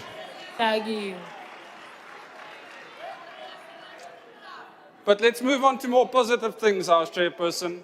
Let's give credit to where it's due. Honourable Sauls was actually now discussing the right bill in front of this House on this debate. And I'm afraid to say that this bill is a testament to systemic failure. We are once again asking Parliament to give money to the 3 branches of government, knowing full well that much of it will be looted. And I want to present 3 examples. Just this past weekend, there are reports of 60 million rand down the drain due to unlawful appointments in Tswahing. They even appointed 1 guy to 2 positions. But we're voting to give them more than 150 million rand more this year. We read reports about Emma Lachleni, local municipality in the Eastern Cape, spending 23.8 million rand on an unbuilt stadium, because spending money on unbuilt stadiums is effectively a national sport in South Africa at the moment. But we're giving them almost 150 million rand more this year. And in the Free State, at Maluti Apofong municipality, which has had an outstanding audit outcome for the last 5 years, you can now on social media watch videos of thugs disrupting its council meetings. It's also where a DA councillor and his mother were murdered in cold blood in 2024 for that councillor doing his job, something I refuse to stop speaking about.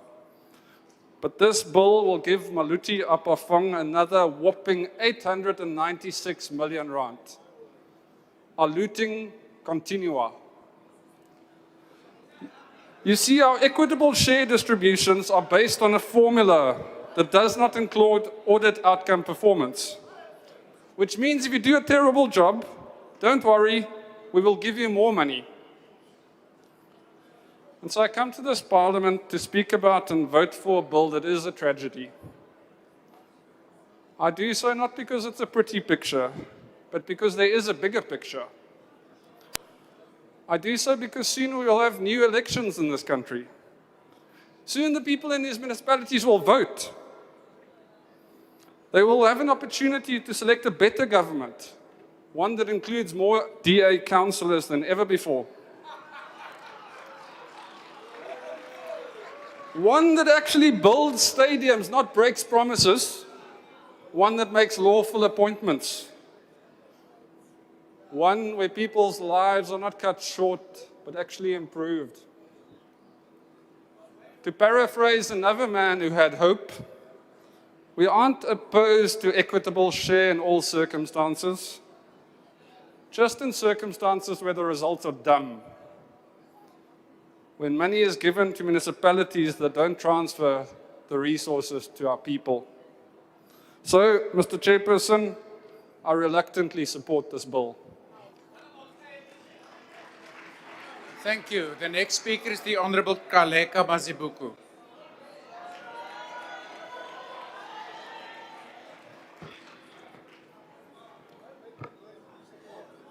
Honorable House Chair, on this day, the 21st of April 1998, Utata Umadiba made his opening speech in the President's budget speech La Parliamente.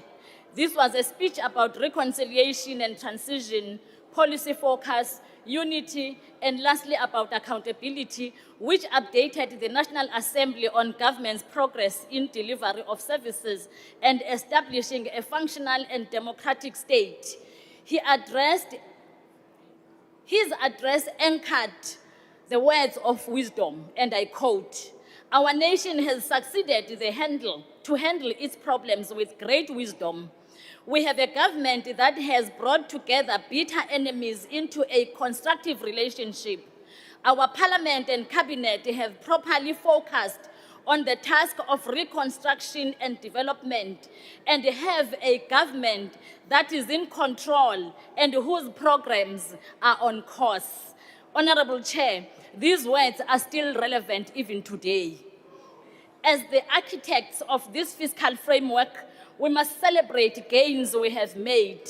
Angithi phela, it is us, only us, who delivered the following. We have shifted the national fiscal framework to support the most vulnerable and to improve living conditions in rural and township areas. We have a redistributive tax system that allocates revenues collected in urban areas to support underprivileged areas. This was not the case before 1994. Yithi phela, Honorable Chair, esifake ugesi kwindawo ezisemakhaya, ngisho nakoRondaville uqobo. Ngo-1996, besifake 58%, and manje, ngo-2022, sesifake 94.7%. Uye phela lo hulumeni onikeze uxhaso lwezindlu ezingaphezulu kuka-3 million, lapho kuhlomule khona abantu roughly about 13 million. Abalingana nami abesifazane bayazi ukuthi ngaleso sikhathi mawumuntu wesifazane bongakhoni ukuthola indlu ngaphandle kokuthi usayinelwe yindoda. Abancane bayazi ukuthi mawungashadanga bongakhoni ukuba nendlu. And namhlanje futhi intanga zami ziyazi ukuthi besithwala amabhakede siye emfuleni siyofuna amanzi angcolile. Singena amanzi, insizwa ziyazi ukuthi bezifesa emfuleni zifuna intombi.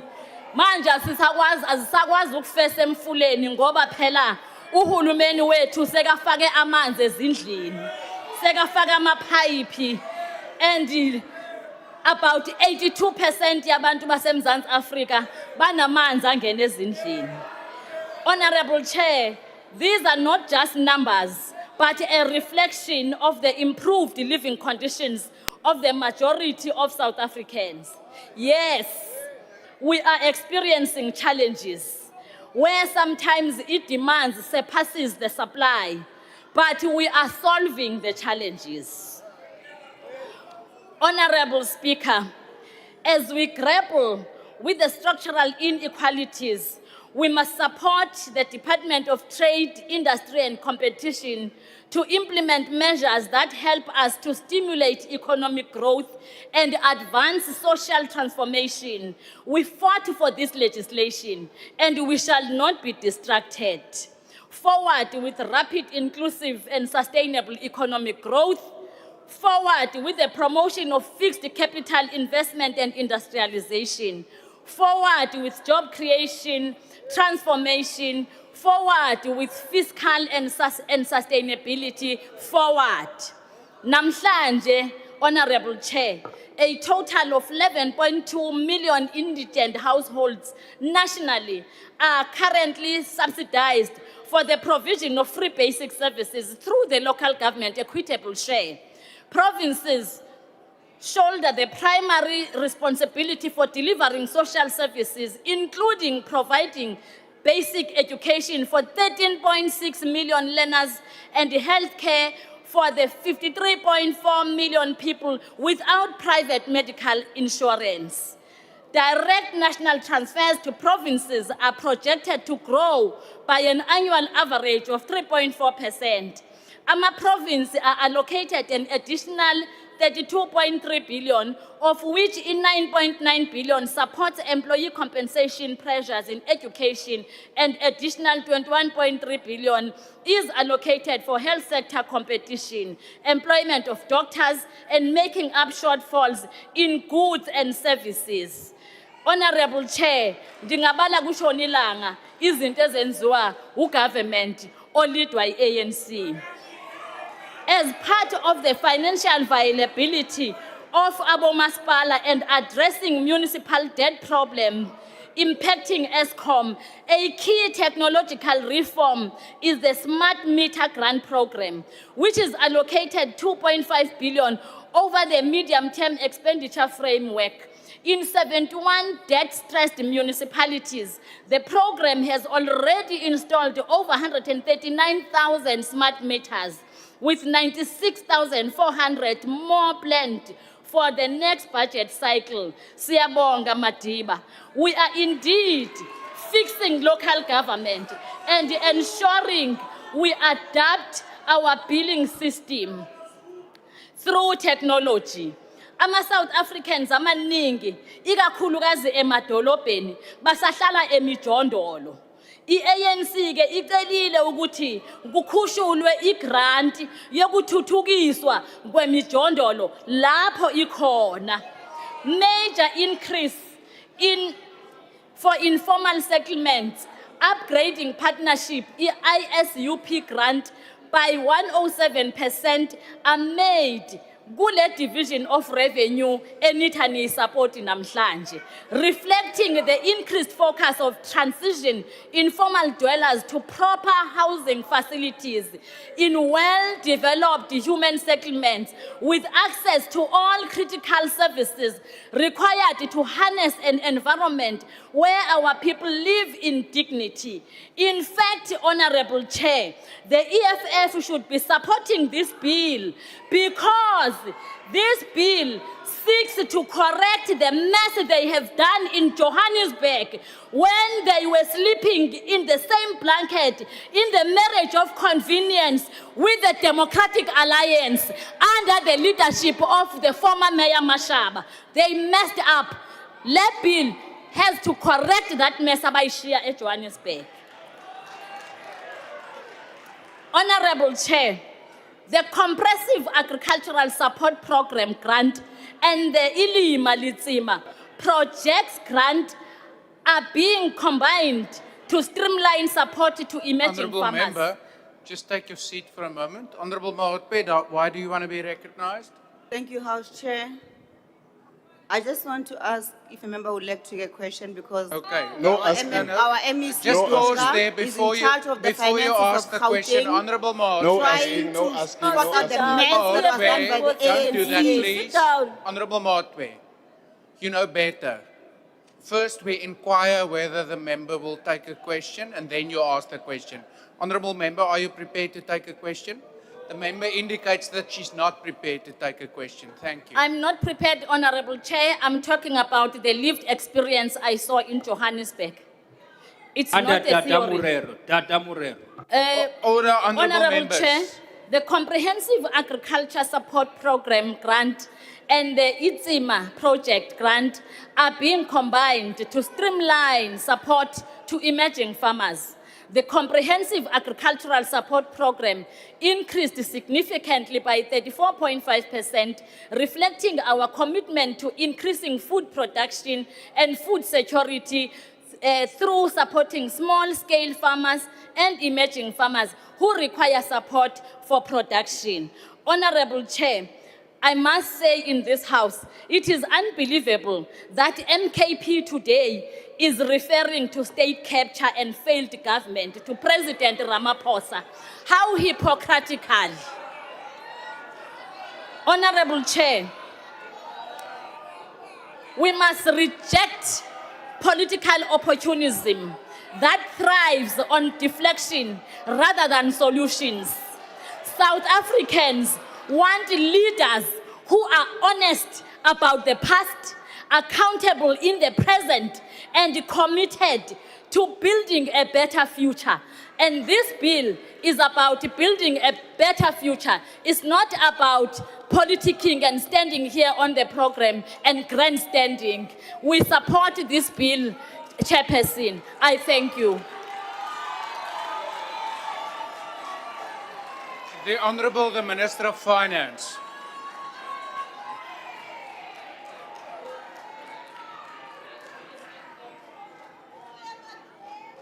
And she was not screaming. Honourable members, please don't unmute and speak. Whoever does that next will be asked to leave the chamber. Honorable House Chair, let me start by Honorable Maimane, the Chair, says SARS has corrected 2 trillion, which is a major achievement. However, what he misses is that the expenditure is 2.4 trillion, which means we're 4 billion short, 400 billion short. In addition to that 400 billion, the debt service costs are also of a similar amount, which means this year we'll have to borrow about 800 billion rand. It does not mean I'm not applying my mind to what he's talking about, an extension of the fuel levy. I am applying my mind to that issue at the appropriate time possible, because I promised South Africans that at the end of the month I'm going to do a review. After consulting a stubborn minister, Mandashe, I will probably make the necessary announcement on the 28th on Tuesday in that regard. The second issue, the problem with colleagues, most of them are not discussing the division of revenue, are discussing a completely something else. What the division of revenue is about the division of the national raised revenue between the different spheres of government. That's what this debate should be about.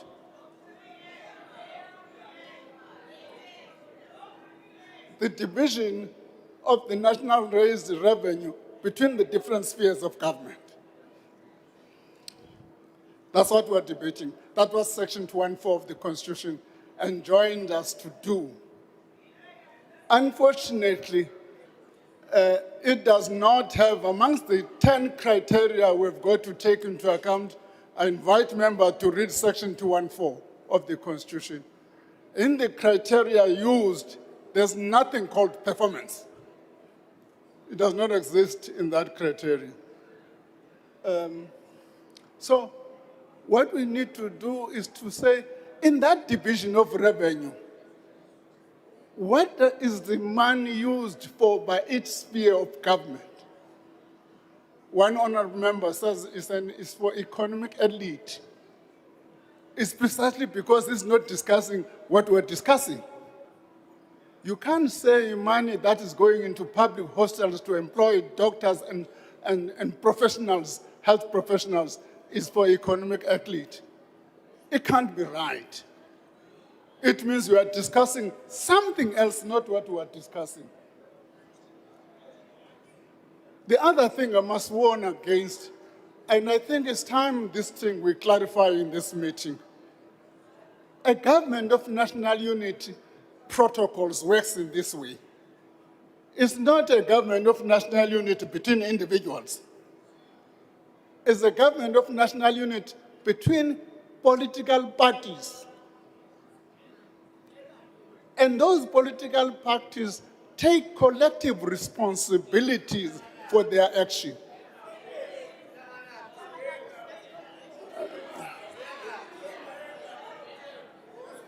It's quite important that that point is made. because I see some members of the Government of National Unity distancing themselves from this budget. Can't be right. It can't be right. Those are protocols of running a collective responsibility. You can't choose and pick what I like is good, what I don't like I'm not responsible for is other party. So that's the point I wanted to make. The third point I want to make, I agree with members that we've got to discuss the review, including the review of the local government sphere. That review is taking place right now. Of course, what have delayed the finalization of that review is the household survey, which is utilized to see that horizontal split between the different spheres of government. There's a case, I don't mind or not, there's a case that the money allocated to the local sphere of government has got to be improved, no doubt about that. But it is not clear once you say we must take a certain percentage, as some members are saying 14%, you must then come to another conclusion and say, where is the money going to come from? And that debate, members are at liberty. The law allows you to say on the budget that I'm tabling, get 14% to local government, but it also says where are you going to get it? You must do that kind of work, which members are not doing at the moment. So we've got to take all of those things into account. But let's make the point.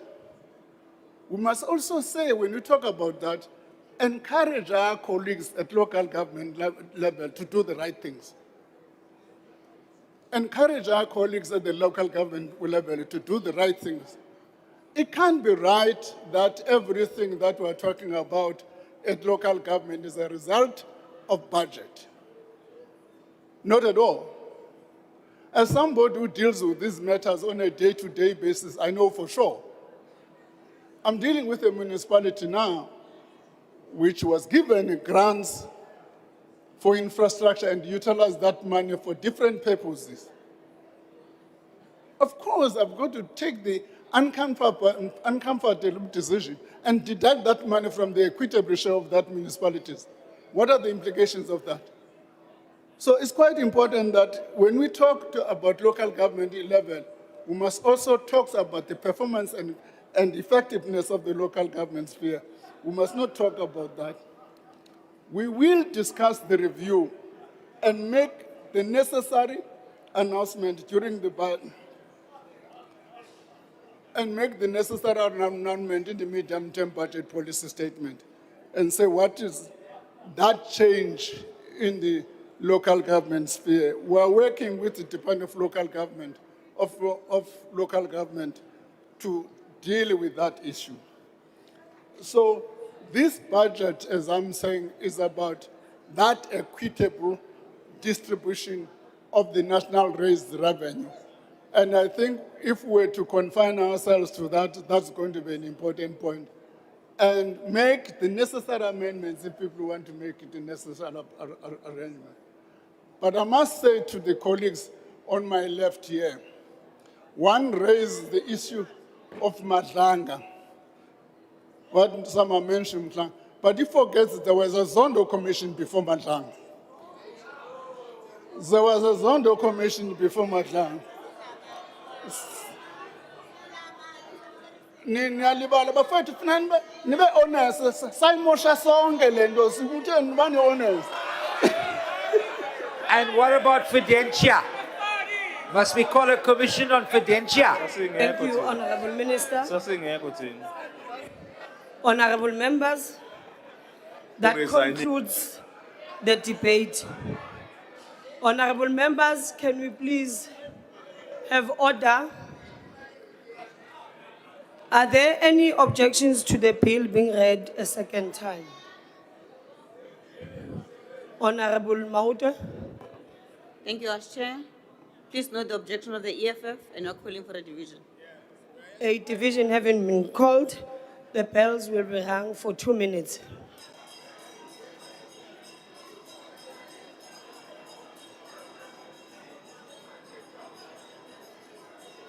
Sendirizainile SACP.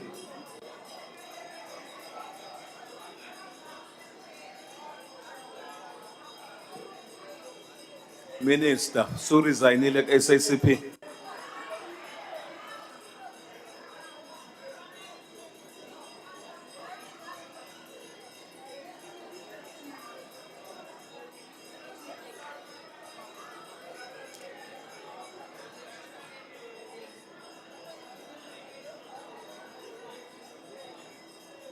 Upuputi.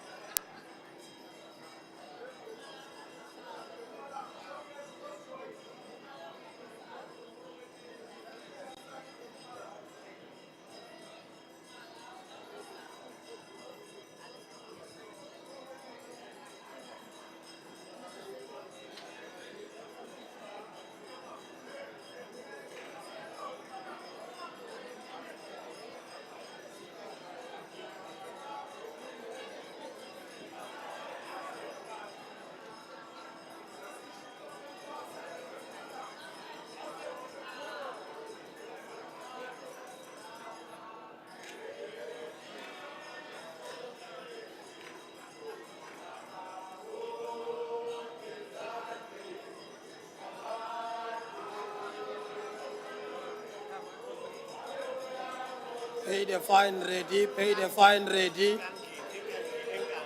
In socialism. Pay the fine ready. Pay the fine ready, pay the fine. Honorable members. Pay the fine kindly ready, take pay our the seat. fine. Ready, pay the fine. No, honorable members, please, can we kindly take our seats? The Speaker has determined that in accordance with the rules, a manual voting procedure will be used for this division. In order to continue, we must first establish if there's a quorum. I would request the table to confirm that we have the requisite number of members physically present in the chamber to take this decision. Party whips will then be given an opportunity to confirm the number of their members present and indicate if they vote for or against the question. A member who wishes to abstain or vote against the party vote may do so by confirming with the chair.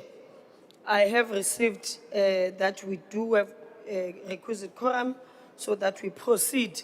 The question before the House is that the Division of Revenue Bill be read a second time. Voting will now commence. The doors of the chamber will be locked and members will not be allowed to enter the chamber platform until voting is concluded. Whips, will then confirm the number of members present in the chamber and indicate if you vote for or against the question.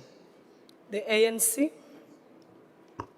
Thank you, Chairperson. Good afternoon to you. The ANC with 126 votes in favor. Thank you. The DA. Thank you, House Chair. The DA with 74 members vote in favor. Thank you. The MK. Thank you, Chair. The MK party with 42 members present, we vote against. EFF.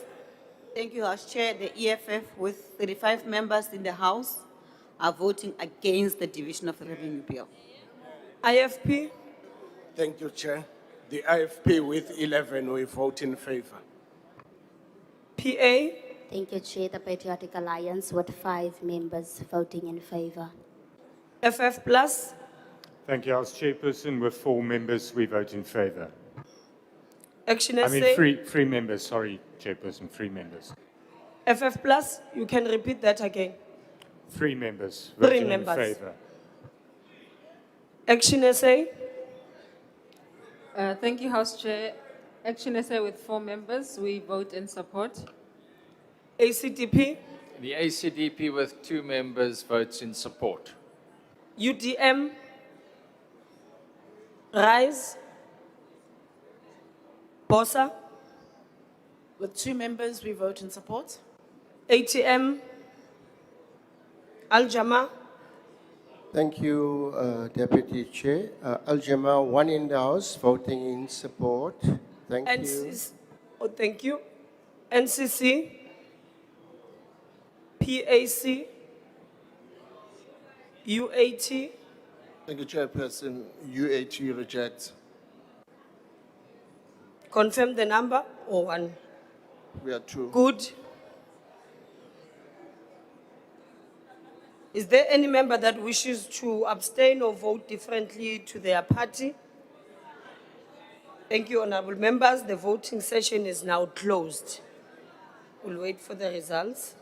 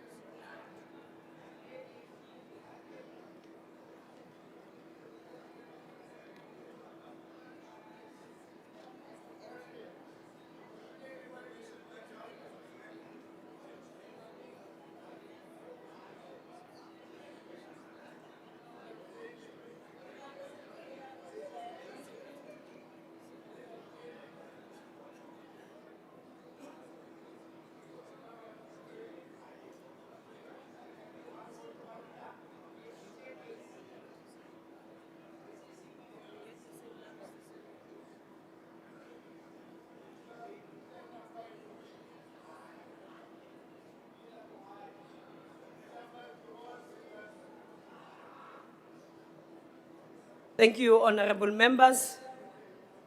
Voting went as follows: the noes 78 and the yes 228. The report then, it is agreed to. The bill will be sent to the National Council of Provinces for concurrence. Honorable members,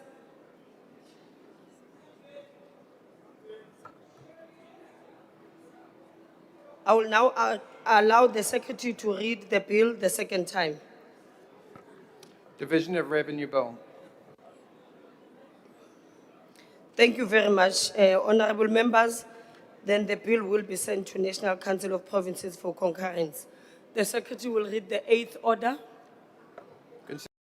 Trade, Industry and Competition, on request by Minister of Trade, Industry and Competition to make recommendations regarding candidates for the position of Chairperson of Board of National Lotteries Commission.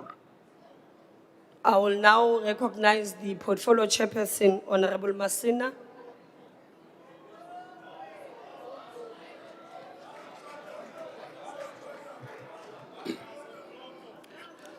On the 21st of October 2025, the Speaker referred the letter dated 20 October 2025 from the Minister of Trade, Industry and Competition to the Portfolio Committee of Trade, Industry and Competition for consideration and report.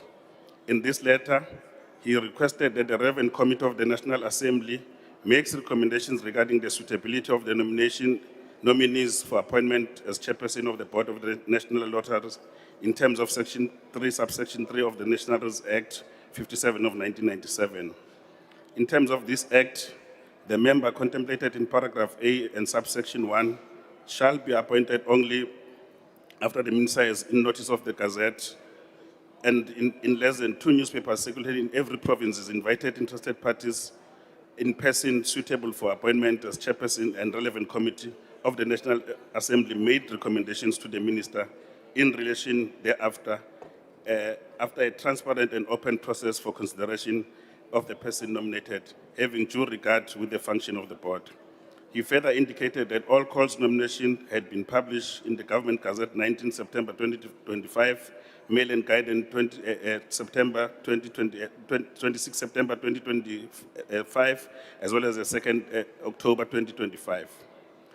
The nomination period closed on the 6th of October 2025, resulting in 22 nominations being received by the Minister. The curriculum vitae of these nominees were subsequently forwarded to the Portfolio Committee of Trade, Industry and Competition in the National Assembly for consideration. The committee convened on the 22nd of September and finalized the shortlisting of candidates to be interviewed for the position of chairperson of the board of NLC. The shortlisted candidate included the following: Mr. T. Bonagele, Mrs. J. Hammonds, Mr. W. Mantel, Advocate Memani, Mrs. M. Mosing, and Advocate Novonde.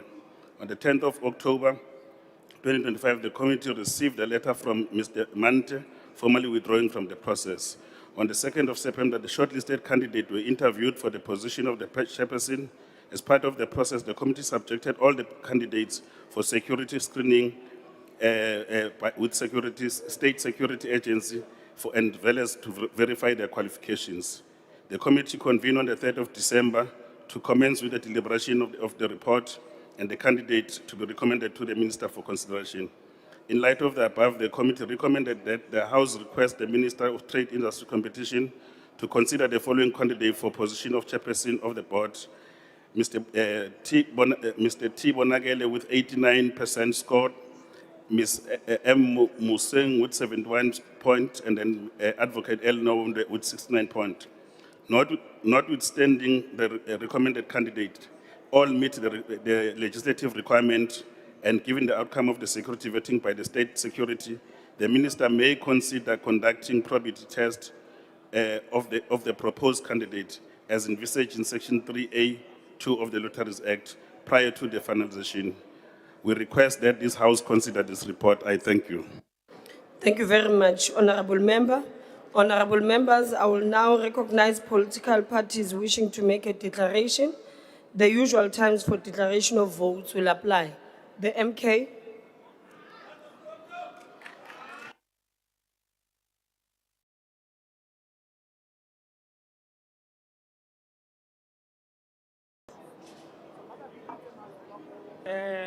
Thank you, Chair. The MK Party recognizes that the chairperson of the Portfolio Committee on Trade, Industry and Competition has outlined the formal nomination process, shortlist, interview, and security vetting of the chairperson of the National Lotteries Commission, the NLC. The committee recommended 3 candidates: Mr. T. Bonagele. Mr. Bonagele is a well-regarded, well-respected, long-term public servant. So the NLC is in good hands.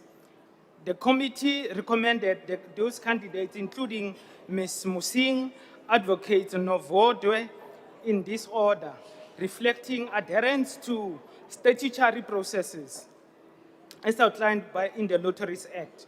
The MK Party supports this appointment because a clean, transparent process was followed.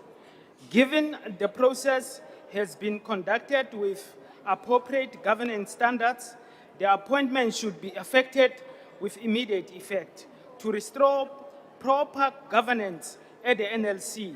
Prolonged vacancies undermine accountability and ability to deliver funds to those who need them the most.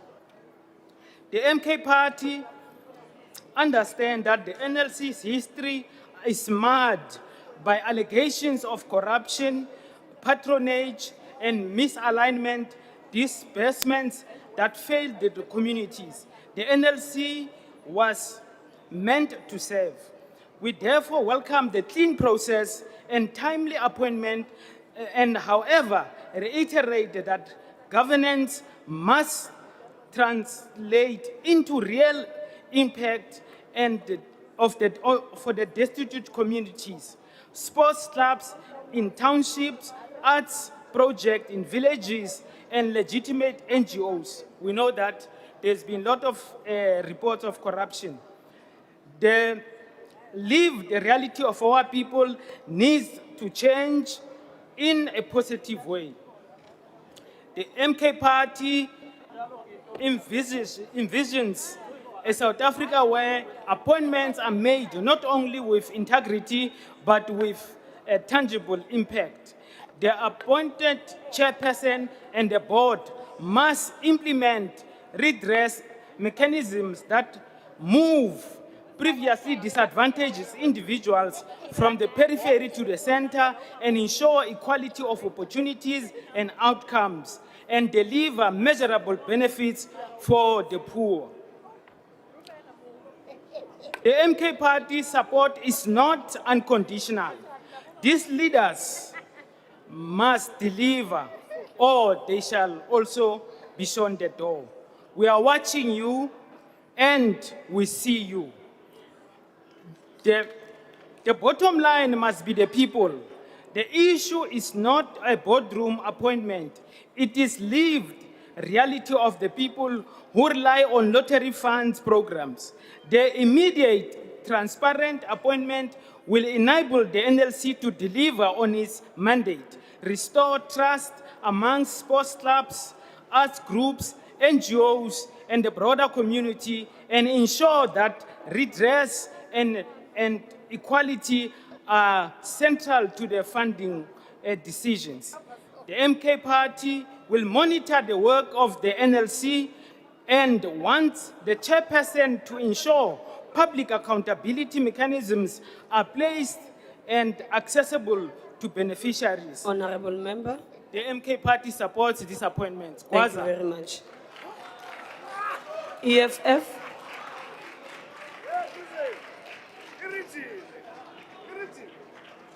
EFF. Yes, Honorable Maude. Honorable members. Honorable Maude. Yeah, Deputy House Chair, you know, Honorable Tembo raised an issue earlier on about the lower threats and that the YouTube is down and down all the time. We're going to receive very valuable inputs from this honorable member before you. And the YouTube will be off, and the people of South Africa won't even know who he is. What level of incompetence is this IT that we have that can't fix such a simple technical issue, House Chair? How long must it take for them to fix that problem? We want to hear these valuable inputs from this comrade in front of you. And the world will not know who he is. Can we bring back that lower threats, please, Honorable Deputy Chairperson? Thank you. Thank you very much for raising that. I'm sure we'll be able to address the issue. But for now, let's allow the member to continue, and I will then get back to you once we've received what is actually happening. Honorable Member, please proceed. We want to take this opportunity to greet the Commander-in-Chief and President of the Economic Freedom Fighters. Last week, the establishment tried to silence him, but they've successfully failed. We want to confirm that Sibuena Epila Umongameli. He is sleeping at home with family. The tricks of the racist judge have failed.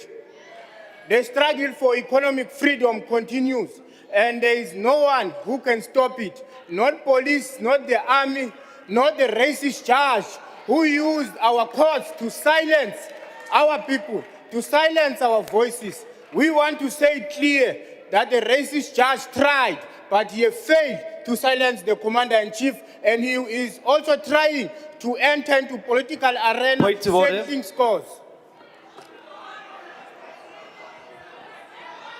Honorable Steniazen, Honorable Member, can you please take a seat?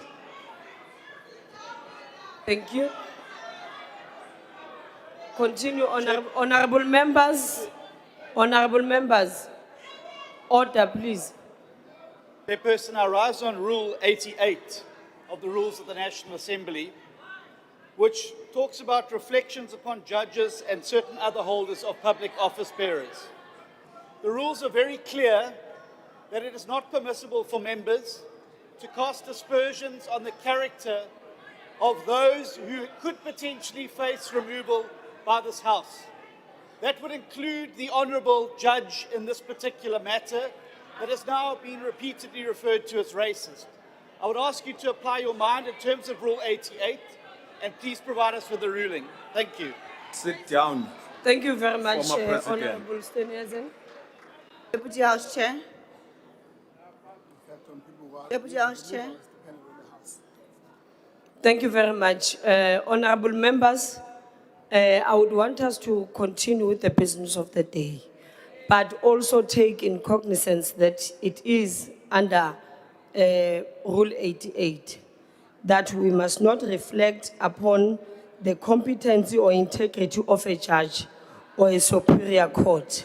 So I will just caution that can Point we of order, please Chair. continue with the report of the trade industry and not actually deal with the competence or integrity of judges in courts. It is in our rules. Point and of order, we must apply to those rules.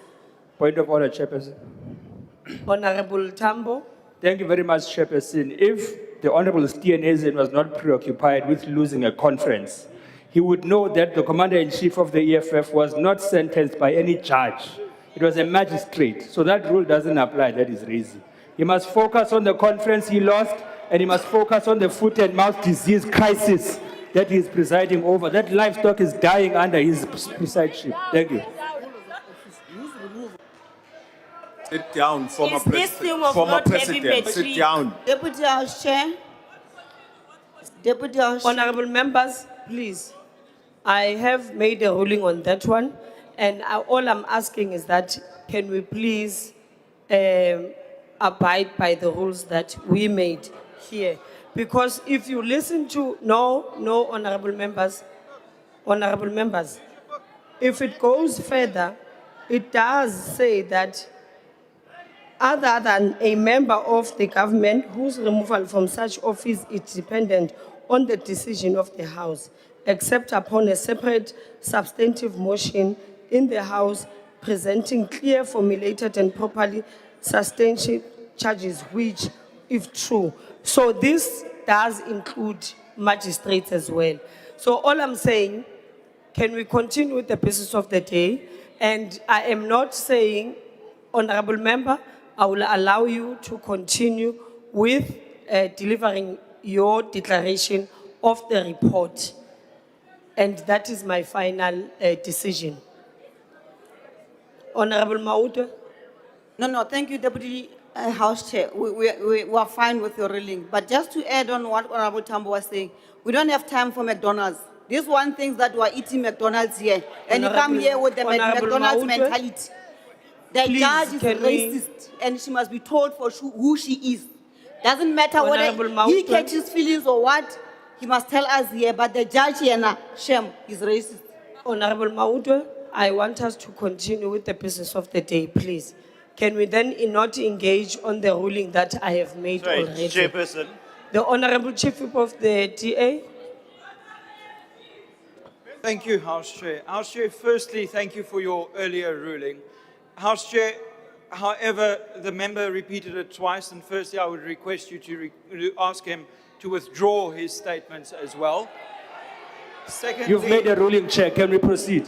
Honorable Mkalagis, I think I did say that I've made my ruling that can we not do that in future? And the member is now aware they will continue with the report only. Can we not engage on the ruling, please? Sit down. House Chair, I'm not disputing your ruling. I thank you for your ruling. However, it is a new point of order. But this is bordering on racism. This is contempt. Honorable members.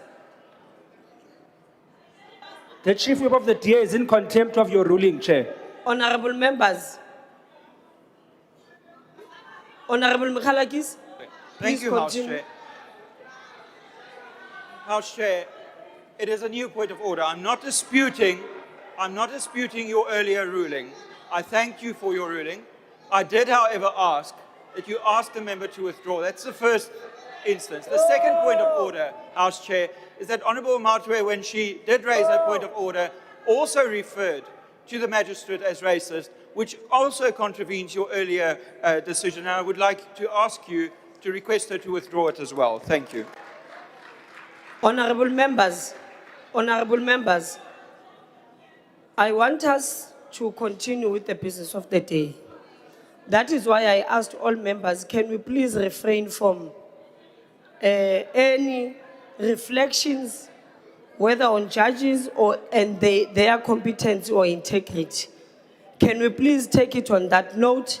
Honorable Mautwe, also, you did hear that I did say that can we refrain from that? Can we not do it again, please? So that we continue with the business of the day and finish the 2 items. Honorable Member, please continue with the declaration.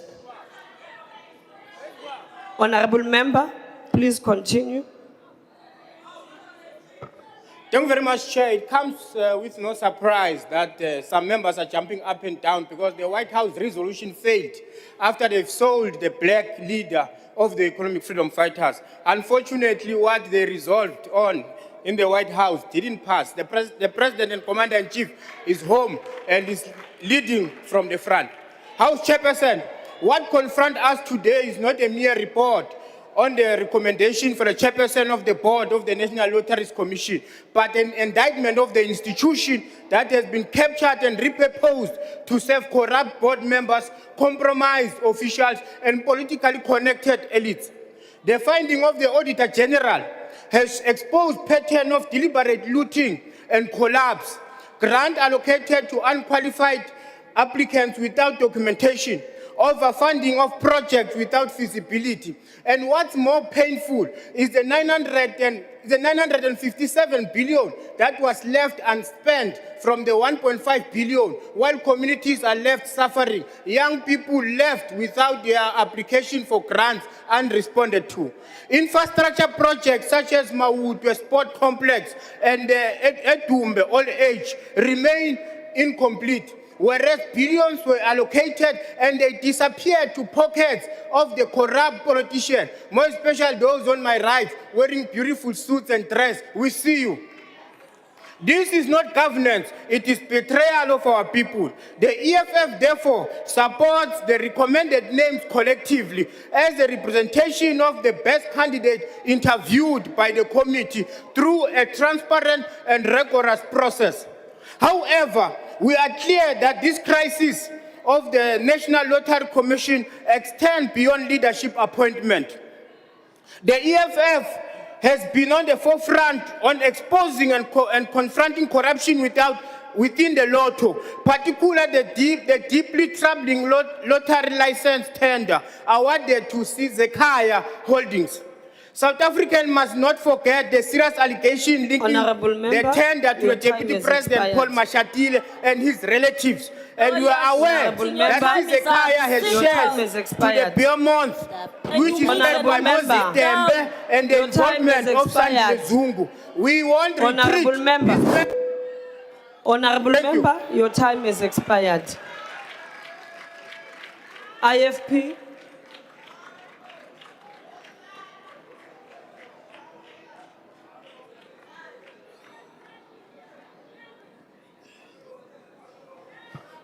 Thank you very much, Honorable House Chair. Honorable Langa, can you please take your seat? Honorable Reddy, what are you rising on? Thank you, Honorable Acting Speaker, Deputy Speaker. I did not want to interrupt the Speaker. That's why I raised my hand earlier. We have a concern as MK Party with the water that we are having in front of us. If you check the water, you shake it up, there's particles inside. It's like somebody is trying to poison us here with the water. So we're obviously quite a big threat. That's why they cheated us in the elections. They stole our votes. And we're going to fight that. But now they're trying to do it in the water. So I want you to please check the water that we are drinking. I mean, I'm quite serious about this. It's not joke, no joke. Honorable Reddy. Thank you. No, I am smiling because you are also smiling. So that's why I'm smiling. I am definitely sure that there can't be that someone is trying to poison you. But what we will do, we will check with the parliament staff so that if it is possible, if they do have other water, they must bring it upon the tables, yes. Upon request, by the way. They must bring it now because we could have anything could happen to us now. Upon request, I am drinking this water, Honorable Reddy. Oh, I'm no, definitely please. sure that No, it's only the water they gave us. Today. It's only the water they gave. No, MK. thank you. Okay. We will call parliament staff to bring you new water just so that we are fine. Honorable Minister? Thank you very much. I just wanted to say then the poison is weak, he's still alive. Your poison is not going to work on us. We got strong motive. Thank you, honorable members. Can we allow the proceeding? Honorable Langa? Oh, before you go, Honorable Langa, just as you stand on the podium, it's not a point of order. I am reporting back to Honorable Mautwe on the issue of YouTube. I am told that now you can actually go to YouTube. It's live. Thank you. Honorable Langa, continue. Thank you very much, House Chair. House Chair, the IFP has consistently championed the principles of good governance and ethical leadership, underscoring their centrality to effective and accountable public administration. The candidates, as reflected in their curriculum vitae, collectively demonstrated the requisite expertise, integrity, and leadership to steer the board in a manner that ensures the full and proper execution on its mandate in accordance with the Lotteries Amendment Act. However, our recognition of the candidate's potential must not be misconstrued as a license for unfitted action. The IFP will continue to exercise vigilant oversight, particularly monitoring the implementation of the organization's turnaround strategy. Furthermore, gambling has become an increasingly serious social concern in the country. So, House Chair, the chairperson of the board, when selected, must therefore take a leading role in advancing initiatives that ensure citizens have access to lawful and regulated gambling platforms, while simultaneously driving robust public education campaigns that clearly communicate the risks and dangers associated with gambling. The IFP supports the report. Thank you very much. Thank you. PA?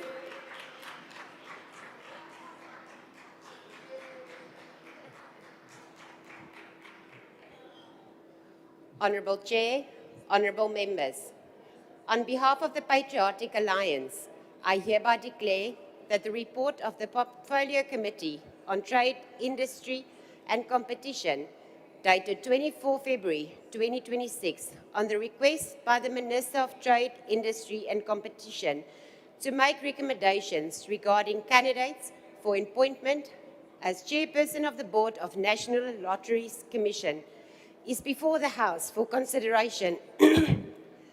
The report follows the referral by the Speaker on 21 October 2025, arising from the formal request by the Minister in terms of Section 3/3 of the Lotteries Act 1997. The Act is explicit in requiring a transparent and open process, and the House notes that these requirements were fully complied with. A public call for nominations was issued through the Government Gazette and national newspapers, ensuring broad public access and awareness. The nominations process yielded 22 candidates, whose details were duly referred to the Public Portfolio Committee. The committee conducted a structured and transparent process, including shortlisting, public interviews, verification of qualifications, and security vetting by the State Security Agency. The committee deliberated openly and applied its collective judgment to reach consensus on the candidates who meet the legislative and requirement needs of office. The committee therefore recommends that the House supports the following candidates to appoint: Mr. T. Bonakele, Ms. M. Mosing, and Advocate L. Nondwewe. The report further records that in the interest of public accountability and confidence, that the Minister may and should conduct a probity test as provided for in Section 3A/2 of the Labour Act. Honorable Member, your time has expired. Sorry, the Lotteries Act prior to finalising the completement. Thank you, Honorable Member. FF Plus?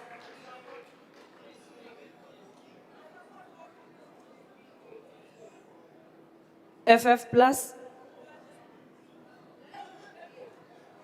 Action SA,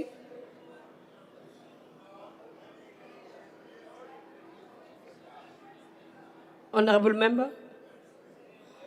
Honorable Chair, thank you so much. Quick on the ruling you made on Rule 88. I think this House has to be consistent. In the matter when our former Honorable judge... Member, no, if you do have a problem with my ruling, you can take it up with the Rules Committee or the Speaker. No, I'm not having We a have- problem. I just wanted to explain this. No, Honorable Member, can you not explain anything, please? Can I request you for now, To can you take not on. explain? No, we need to take on and the we matter. need to proceed. Because it's unfair. Yes, you will take on the matter with the Rules Committee or We silence the other Speaker. people, others we allow to criticize judges. No. Yet other judges were criticized No. in this very House. So it's very unfair, Can we please and I think we need to continue? take it up. That is not a point of order. Continue, Honorable Trolip. Thank you, House Chair. I apologize for not being at the chair. The report before this House reflects a process that on paper is compliant with the requirements of the Lotteries Act. Public nominations, shortlisting, interviews, and security vetting.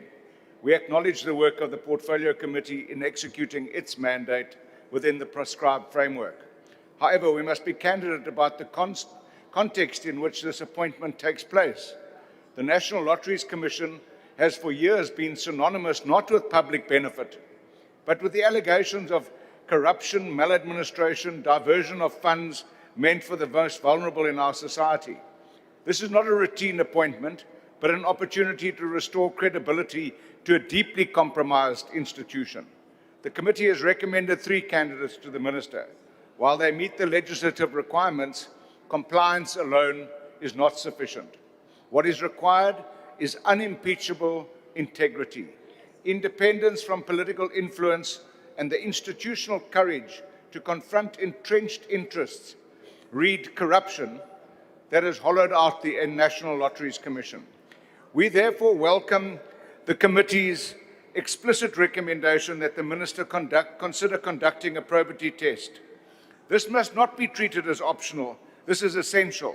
South Africans deserve absolute assurance that the next chairperson will not merely preside over the NLC and the status quo, but will actively dismantle the institutional rot that has compromised the National Lotteries Commission.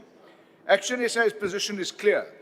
This appointment must mark a decisive break from the nefarious failures of the past.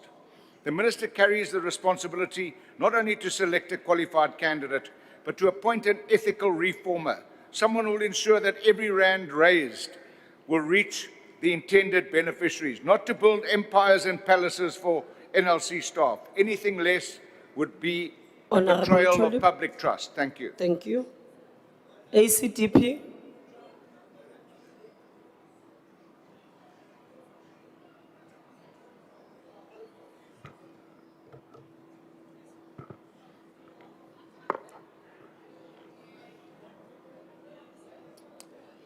Honourable House Chairperson, the ACDP is keenly aware that the Lotteries Commission has in recent years been plagued by serious allegations of corruption. In the previous administration, a former chairperson and senior officials have been found unfit for service and have been implicated in maladministration and fraud of close on to 1 billion rand, according to the SIU. These failures have eroded public trust and undermined the Commission's mandate to serve communities through transparent and equitable distribution of lottery funds. It is on this premise that the ACDP insists that the next chairperson must embody integrity, independence, and a demonstrable commitment to accountability. Of the shortlisted candidates interviewed by the committee, Mr. Bonakele is widely respected for his tenure at the Competition Commission, where he pursued cartel investigations and strengthened compliance. Certainly, his experience in regulatory enforcement makes him a strong candidate for restoring credibility. Mrs. Mosing, a woman with a background in corporate governance with auditing experience, also scored highly. And additionally, Advocate Memani, who is not politically prominent, offers strong potential for restoring credibility to the Commission. South Africans deserve a lottery commission which returns to its core mandate of supporting charities, sports, and arts organizations. As kingdom builders, the ACDP will remain steadfast in calling for integrity and competence. The National Lotteries Commission must serve the people of South Africa, for if it does not, it serves no purpose at all. I thank you. Thank you very much. UDM, rise. Bosa.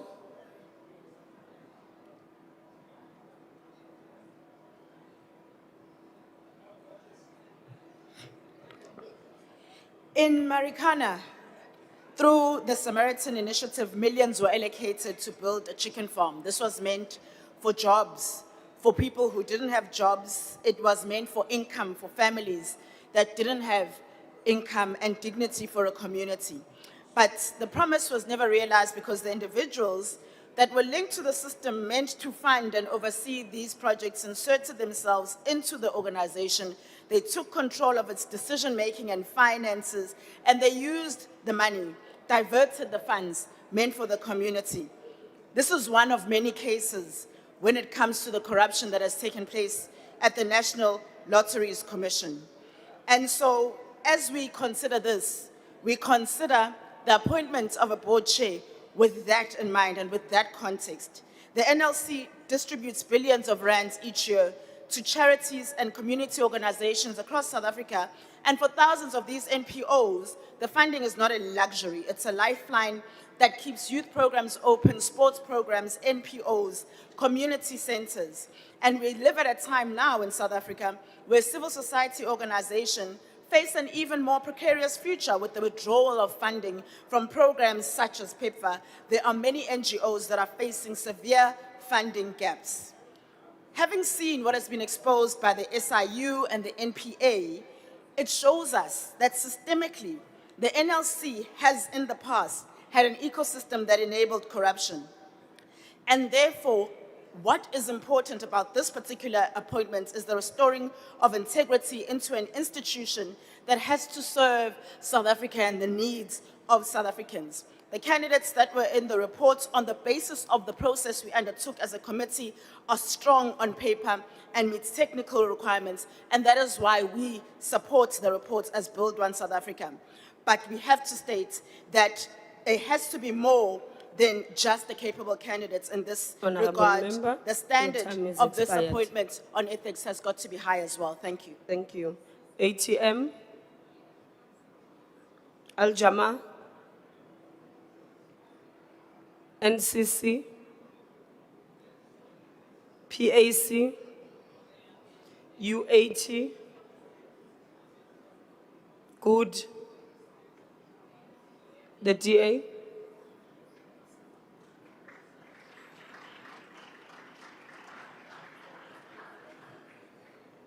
It's good to be back at the podium after the disruptions of last time. Nice to be seeing you as well, House Chairperson. So when the chair of an organization does their job properly, they are rarely in the news. When things go wrong, the chair often takes the rap.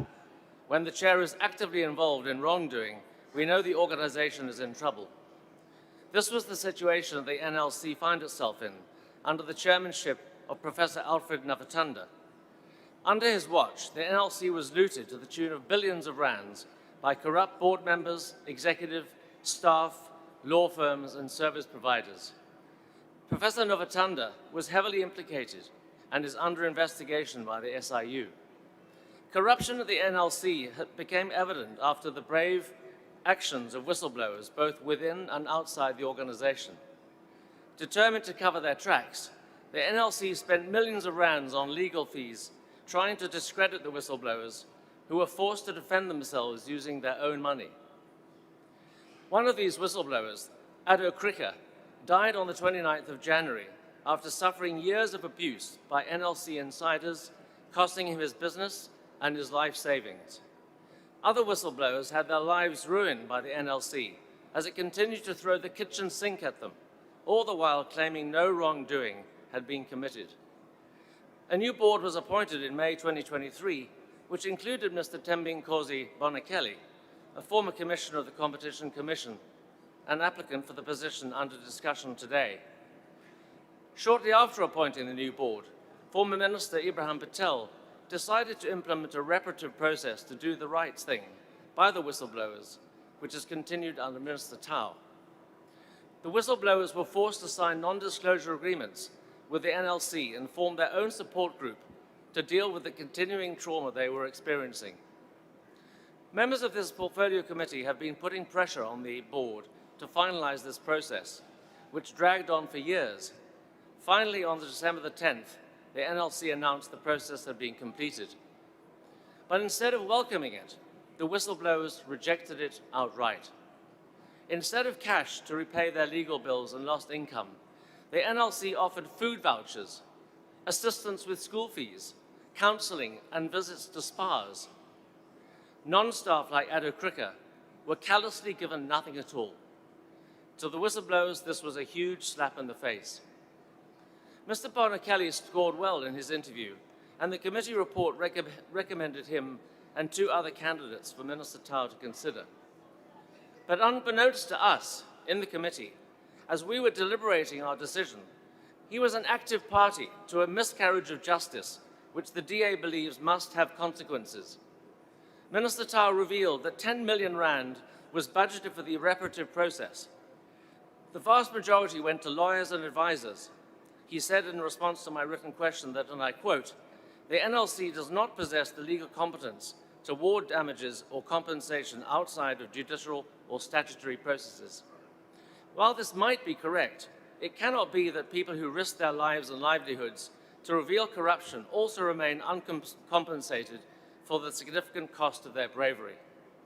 Section 22 of the 2005 PMFA regulations, titled Payments and Remissions as an Act of Grace, enable an accounting officer to make such a payment of up to 100,000 rand and seek the authority of Parliament if a larger amount is required. It was therefore well within the powers of the relevant players, which included Mr. Bonakeli, to request Minister Tao and his Director General to ask this House to authorize payments of reparations in cash. Instead, the board hid behind one set of rules while ignoring a provision in law that gave them an opportunity to do the right thing. They failed this test. By contrast, it was reported last month that the Services CETA had received legal advice that the Protected Disclosures Act and Labour Relations Act allow for compensation in cases of unfair dismissal, which surely the NLC could have invoked in the case of the dismissed whistleblowers. The spirit of the Executive's proposed amendments to the Protected Disclosure Bill, which includes stronger provisions for compensating and protecting whistleblowers, which is aligned with the recommendations of the Zondo Commission, enable whistleblowers to be better protected and compensated. The lack of courage displayed by Mr. Bonakeli and his fellow board members is sufficient to question his suitability to chair the NLC. The NLC needs a chair who has the courage to do the right thing, not just to do things right. For this reason, the DA cannot support this report. Thank you very much. The ANC.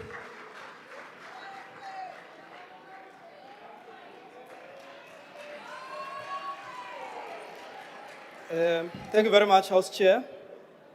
I think, House Chair, we can truly say that today we saw democracy in action. Parties in the committee overwhelmingly supported the report. They have done so because they understand the spirit of the committee in the process of ensuring that we get to where we are in relation to this report. The spirit of the committee was to ensure that we create an institution where it gains public trust and deals with the issue of maladministration that were in the board. And we think that these candidates, they fit the character of people who can turn around the institution. And as a committee, we're committed to ensuring that the NLC board repositions itself as part of an entity that drives development And that is why we are saying in the committee that 20% of the profits of the board, of the lottery, must go towards NEF for developmental programs that will seek to empower communities. And this is a commitment collectively in the committee that we have made. Now let's deal with this DA accusation. The problem with the DA in the first instance is that it was part of the process. And the DA was the one that scored Thembinkosi Bonakele 80% because of his performance in the interviews. But today he stands here and rejects the report and rejects Bonakele and cutting aspersions on Bonakele's character. And you know the reason why the DA is doing that is that it's not enough that a black person can be excellent, can meet every criteria, such that they must go and find a stain on his character. Because in the interview where it mattered most, and throughout his whole career, he has sufficiently possessed the intellectual acumen and the credibility to govern in the boards and where he has served. But because there's nothing that they can challenge intellectually, and that Bonakele is black, therefore there must be a stain on this black person. He is excellent. He has proven himself through his track record. You must find another reason of rejecting the report, but don't use that as a rejection. We think also that the point that would have been said by my colleague Khoza of the EFF was properly dealt with in the committee.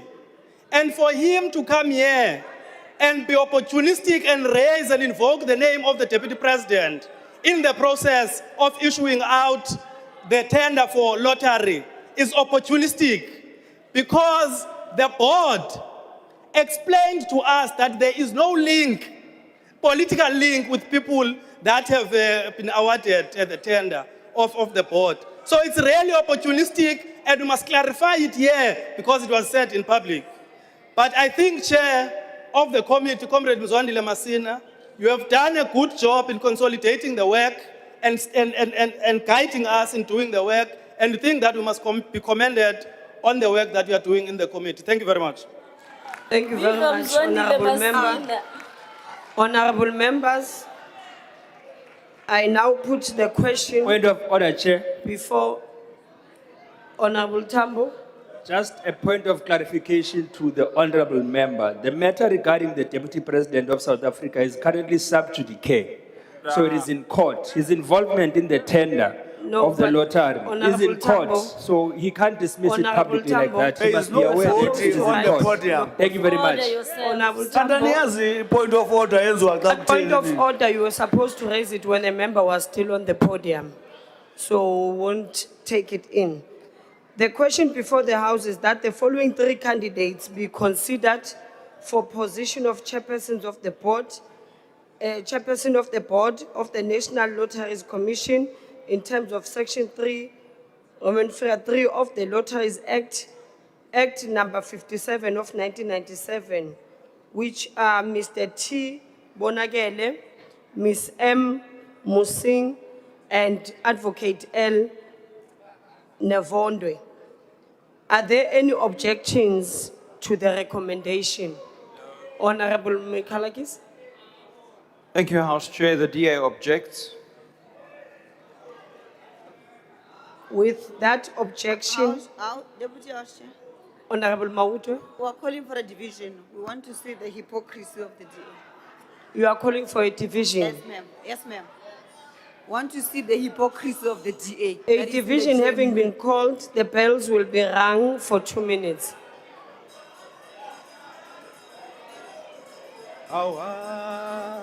Aye sababu, aye sabamakwana. Oh, bangobe funa, funo kusetyenzelwa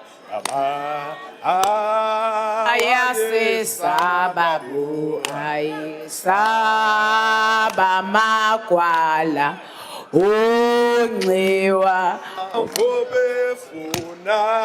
ubefuna ukuphatha umhlaba ngawodwa. Socialism. Donald Trump. Ngezandleni zabantu. Let's switch off the mics, honorable members. Sing, sell out. Socialism. Anti-Iran. Sing, sell out. Akona muntu ophatha umhlaba ngayedwa. Ayesaba magwala. The lady is not singing. Bebefuna ukuphathenzelwa ngabantu. Ayesa.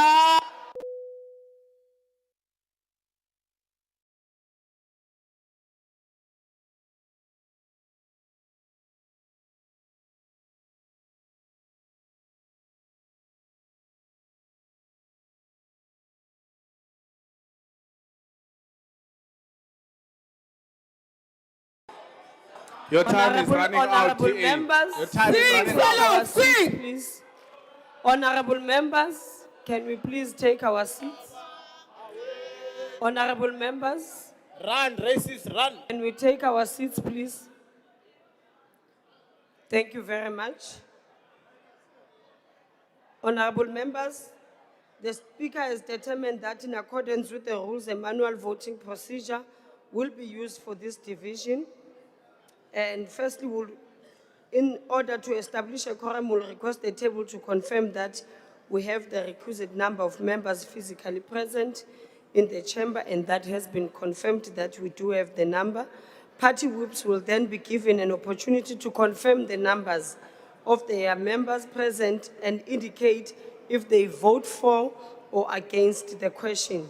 A member who wishes to abstain or vote against the party vote may do so by informing the chairperson. Having confirmed that we have the requisite quorum, we will now proceed. The question before the House is that Mr. T. Bonakele, Ms. M. Musing, and Advocate L. Nevondwe be recommended for the appointment for position of chairperson of the board of the National Lotteries Commission in terms of Section 3.3 of the Lotteries Act, Act number 57 of 1997. Voting will now commence. The doors of the chamber will be locked and members will not be allowed to enter the chamber until voting is concluded. Whips will confirm the number of members present in the chamber and indicate if they vote for or against, and the table will then assist with that.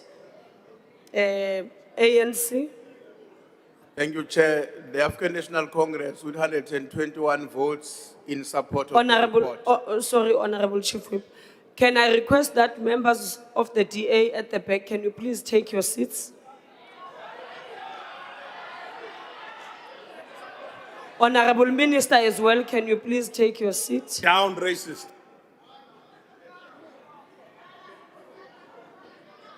Yes, I'll give the opportunity to the Honorable Chief Whip. Thank you very much, Chairperson. The African National Congress with 121 votes in support. Thank you. The DA. Thank you, House Chair. The DA with 59 votes Order, honorable House Chair. members. Order. We must record the number. The DA with 59 votes against. Thank you. MK. Thank you, Chair. The MK party with 40 members present, we vote for the EFF. Thank you, Deputy House Chair. Economic Freedom Fighters, 35 in the House, are voting in favor of all black board members. Black unity, black unity, black unity. IFP. Order, honorable members. Honorable members. Restoration of the GNU. Honorable members. Restoration of the GNU. Honorable members. Unity, unity. Run, racist, run. Take your seats, please. Honorable members. Black unity. Honorable members. From both left and right. I did not request that you must stand. Please, can we take our seats? We must record other. Honorable members, no. Can we proceed, please? Can we proceed? IFP? Thank you, House Chairperson. The IFP with 11 will vote in favor. PA? No, honorable members, there's absolutely no need that you stand just because there's a vote in. Can we proceed so that we are able to finish? PA?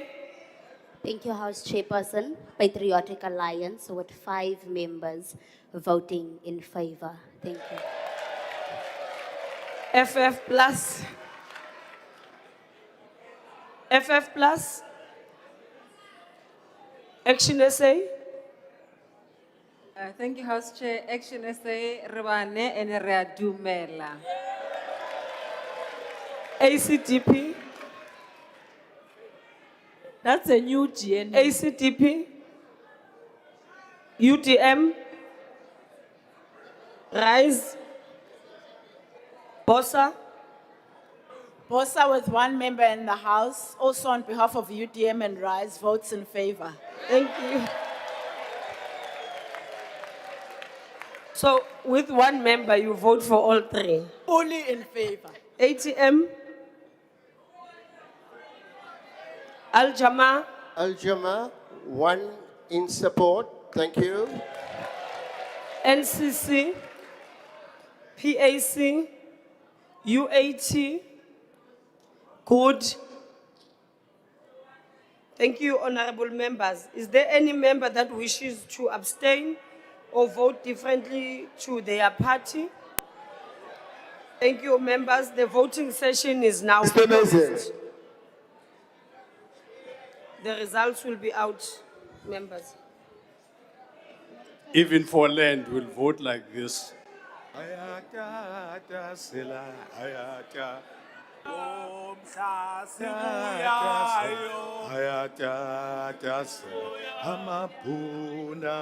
Honorable Reddy? Honorable Acting Deputy Speaker, this is the government of black unity. But anyway, I want you to please stop the ANC immediately. They are sending us SMSs, offering us the DA ministerial seats. We don't want it. We don't want it. Please stop it. Mantashe, Wena, Chairperson, ANC, stop it. Please. We don't want it. Honorable Reddy, since you didn't share with us what the SMS say, then we can't take it whether you were sent or not.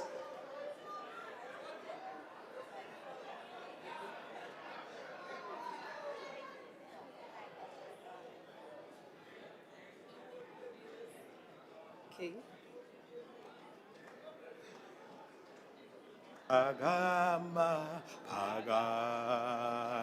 Honorable members, the noes are 59 and the yes is 218. Socialism.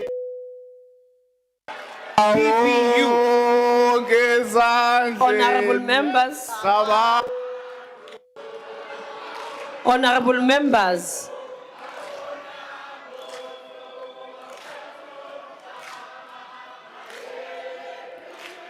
Can we continue, please?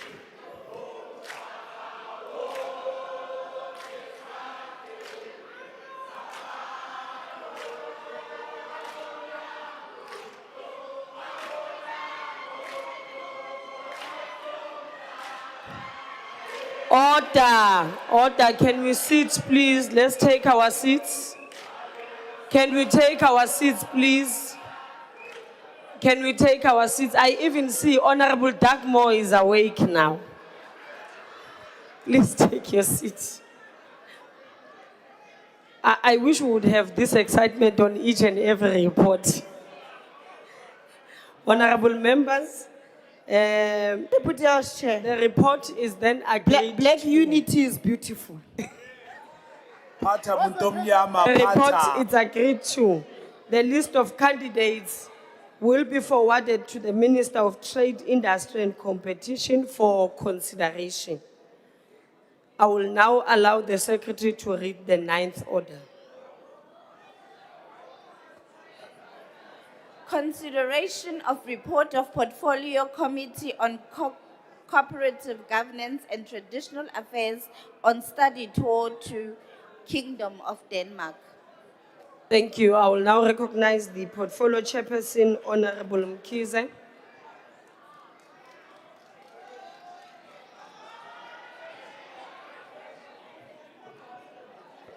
Thank you, Chairperson. Honorable members, the Portfolio Committee on Cooperative Governance and Traditional Affairs undertook a study tour to the Kingdom of Denmark on the 25th of October to the 4th of November last year. And this was undertaken because of the increasing trend towards coalition governments in all three spheres. And our study tour consisted of consultations with politicians, administrative officials, researchers, academics, and civil society. We will all recall that in year 2000, we had 29 hung municipalities, and that number had risen to 80 by the year 2021. And it looks like in the future, this is going to be a feature of our municipal elections.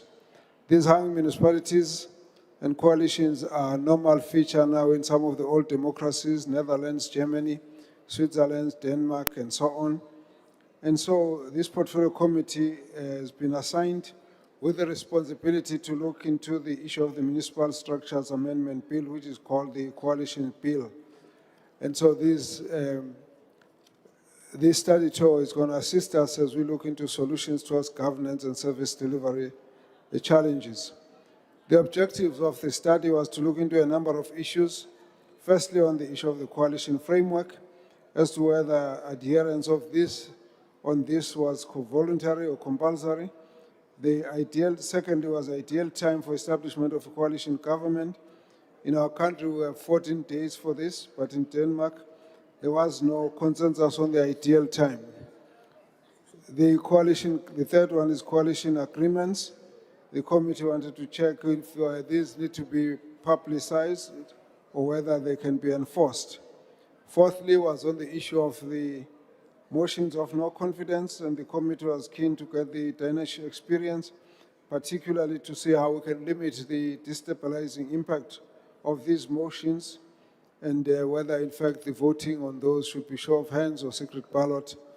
Then the fifth one was then the electoral threshold to look at whether this was in keeping with global democratic practices and whether this could be a solution to the kingmaker issue that has been raised.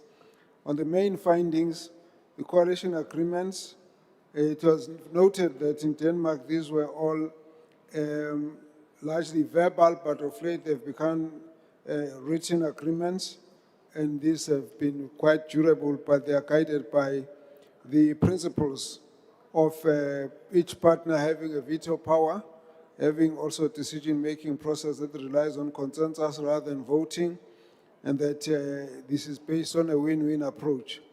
These agreements are also not legislated. They're also not legally enforceable.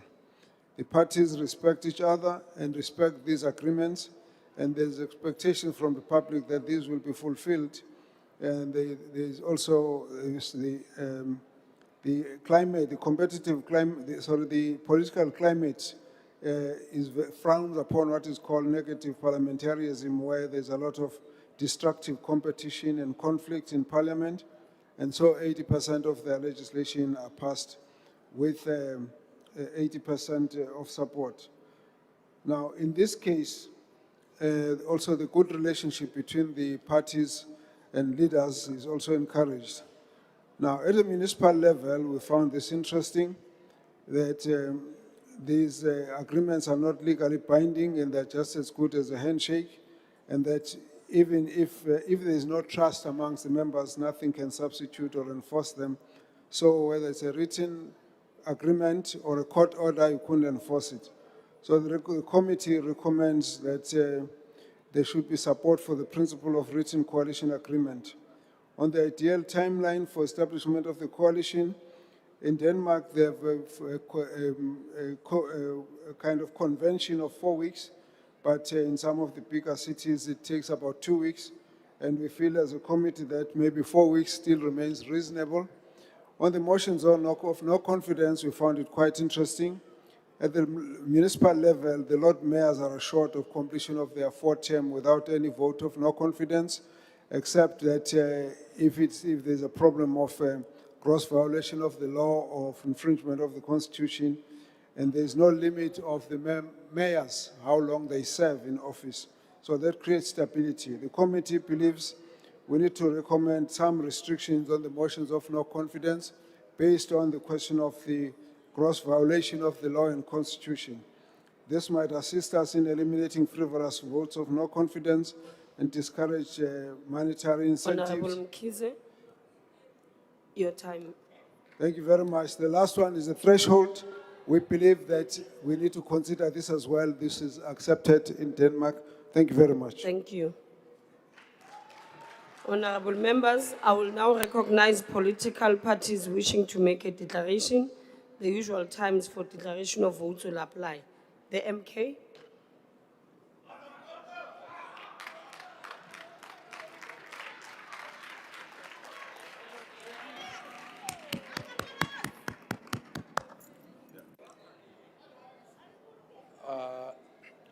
Honorable House Chair, honorable members, and fellow South Africans.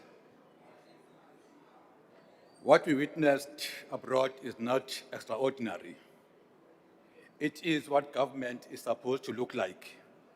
Yes, for many South Africans, it feels like another world. Denmark stands among the world's leading examples of accountable governance, transparency, and citizen-centered service delivery. What stood out most was not merely the sophistication of their system, but the consistency with which public institutions placed the dignity and needs of citizens at the center of decision-making. In Denmark, local government is treated as the heartbeat of democracy, empowered, well-resourced, and held to strict standards of accountability. This ensures that basic services such as water, sanitation, housing, and public transport are delivered efficiently and without unnecessary delay. In stark contrast, back home, our municipalities are collapsing, water systems are failing, sewage flows in our streets and rivers, communities go days without basic services, infrastructure is left to decay, while billions are looted. And yet, we are told that government of national unity is working. Working for who, if it's divided like this? Because it is certainly not working for the people who wake up every day without water, without dignity, and without hope. Honorable members, elsewhere local government is the engine of development. Here in South Africa, too often, municipalities have become centers of dysfunction, cadre development, and corruption.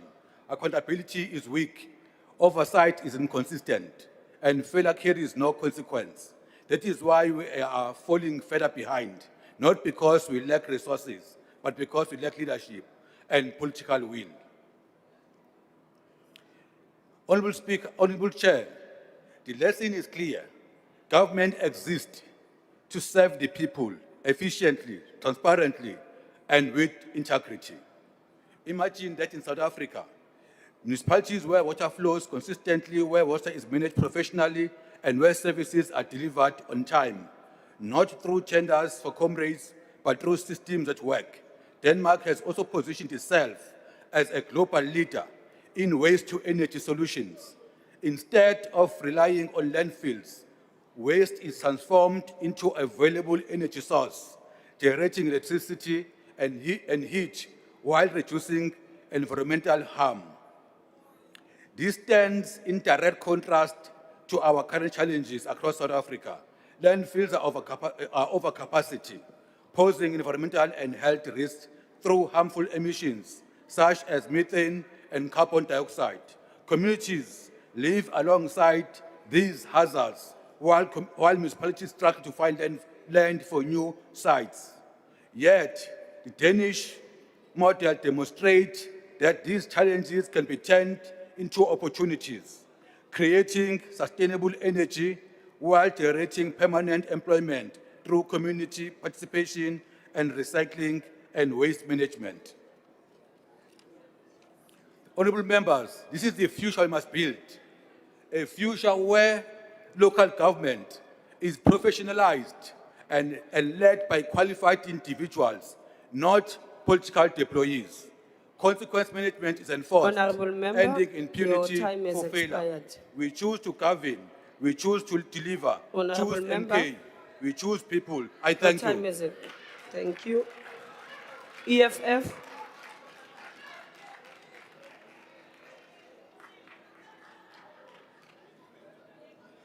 Thank you very much, House Chair.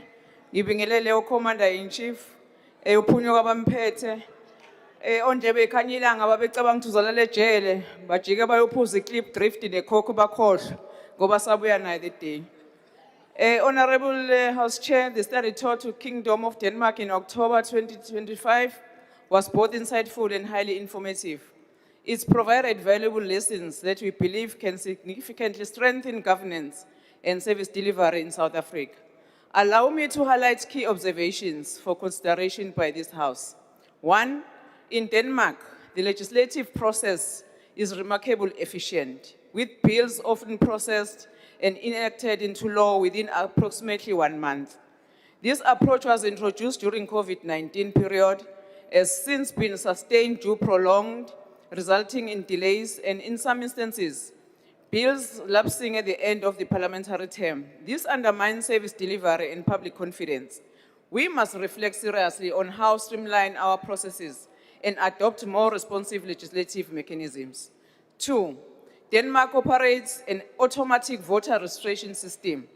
Citizens are automatically registered to vote upon reaching the age of 18, eliminating administrative barriers to participation. In South Africa, voter registration remains a separate and often cumbersome process. The EFF has introduced a bill advocating for automatic voter registration, and we call all political parties to support this progressive reform. Three, Denmark has a long-standing history on coalition governance, dating back to the 20th century. A key feature of their system is stability once elected. Mayors are not subjected to motions of no confidence during their term. Furthermore, only mayors serve as full-time councillors, while ward councillors often maintain other professional roles. This reduces political pressure and allows for more effective governance. Importantly, political parties engage constructively, prioritizing compromise over dominance. The important lesson here, particular, is this House considered amendments relating to motions of no confidence within the COCTA framework. Denmark has successfully implemented a system of generating electricity from waste. This model achieves three critical outcomes, House Chair. One, it ensures a clean environment through effective waste management. Two, it provides affordable electricity. Three, it creates sustainable employment opportunities. What is particularly concerning is that similar cooperation frameworks already exist between the city of Copenhagen and the city of Johannesburg. However, the lack of visible implementation suggests a gap in commitment and execution on our part. This is a missed opportunity that we must urgently address. Honorable Mkalipi. So we are calling for this report to be adopted as we agree with the report, House Chair. Thank you very much. Thank you very much. IFP.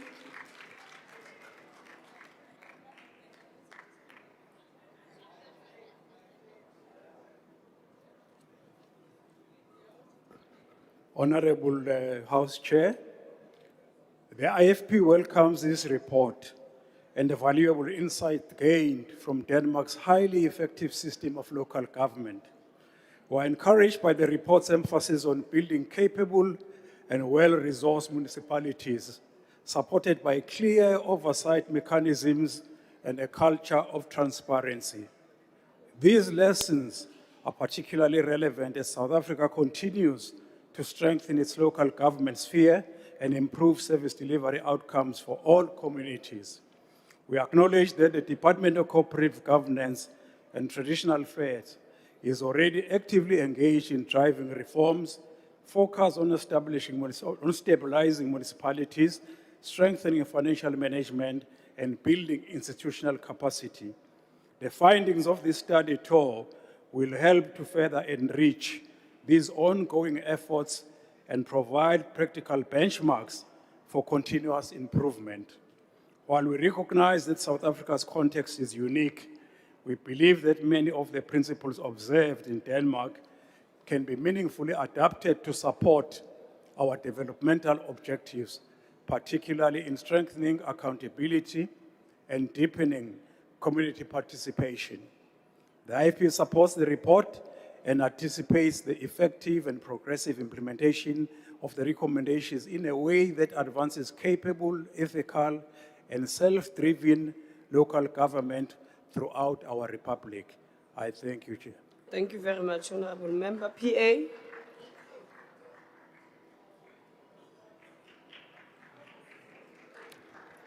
Shalom, honorable members.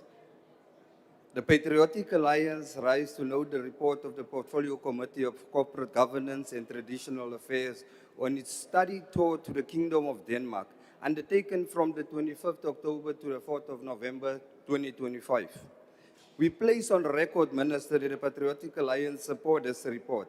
The study tour provided members with valuable exposure to Denmark's system of local governance, municipal accountability, and community-centered service delivery.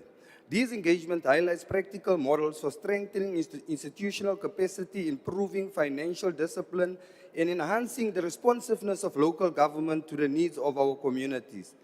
As a partner within the GNU, the Patriotic Alliance recognizes that coalition government demands trust, discipline, and a shared commitment to delivery.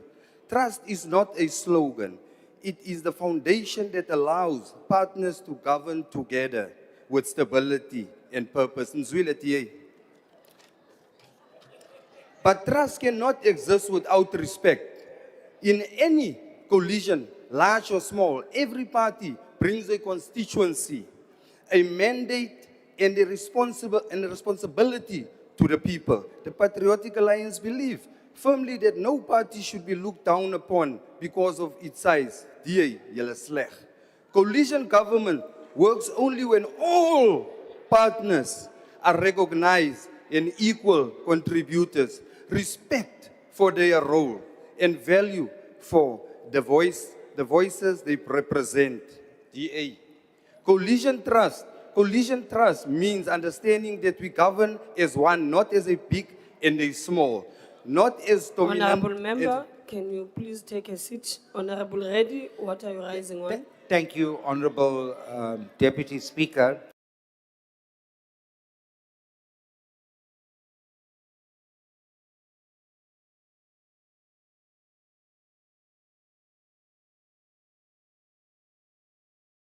Acting Speaker. The translation is... If you put your headsets on, you would have heard the translation. Can we please continue, Honorable Member? Just for Honorable Reddy, for your entertainment, let's fail. The Patriotic Honorable Alliance, therefore... Mhalakis, Honorable Member, can you please take a seat? Thank you, House Chair. House Chair, on a point of order, we have a long-standing practice in this House that members cannot display party political regalia. When Honorable Reddy raised this point of order, he very deliberately put a sign of his political party with the former and now disgraced president on the screen. I would like to request you to please rule on that and to please prevent that from happening. It is a gross violation of that standing practice in this House. Thank you. Honorable Reddy, can I please request that you put your diary down, but not everyone must then. I need the camera to show. No, I didn't say speak. I said, can you please put your, Is it your this? notebook down, Is it please? this one? Yes, it has an emblem of an organization and we Okay. are in the I'll put it- sitting of parliament. Thank you. I'll put it down. Thank you. Thank you. Can you kindly continue? Proceed, Honorable Member.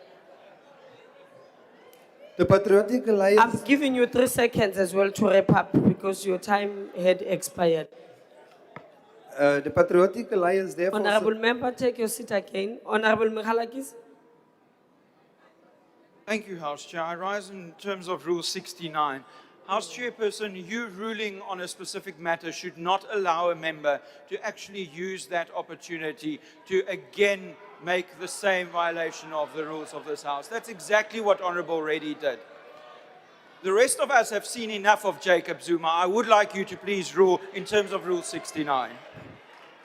Honorable Michalakis, I think I did request that Honorable Reddy must put away the notebook or whatever it is, because it does resemble the organization's party, and he did do that. Can we please then proceed with the business of the day?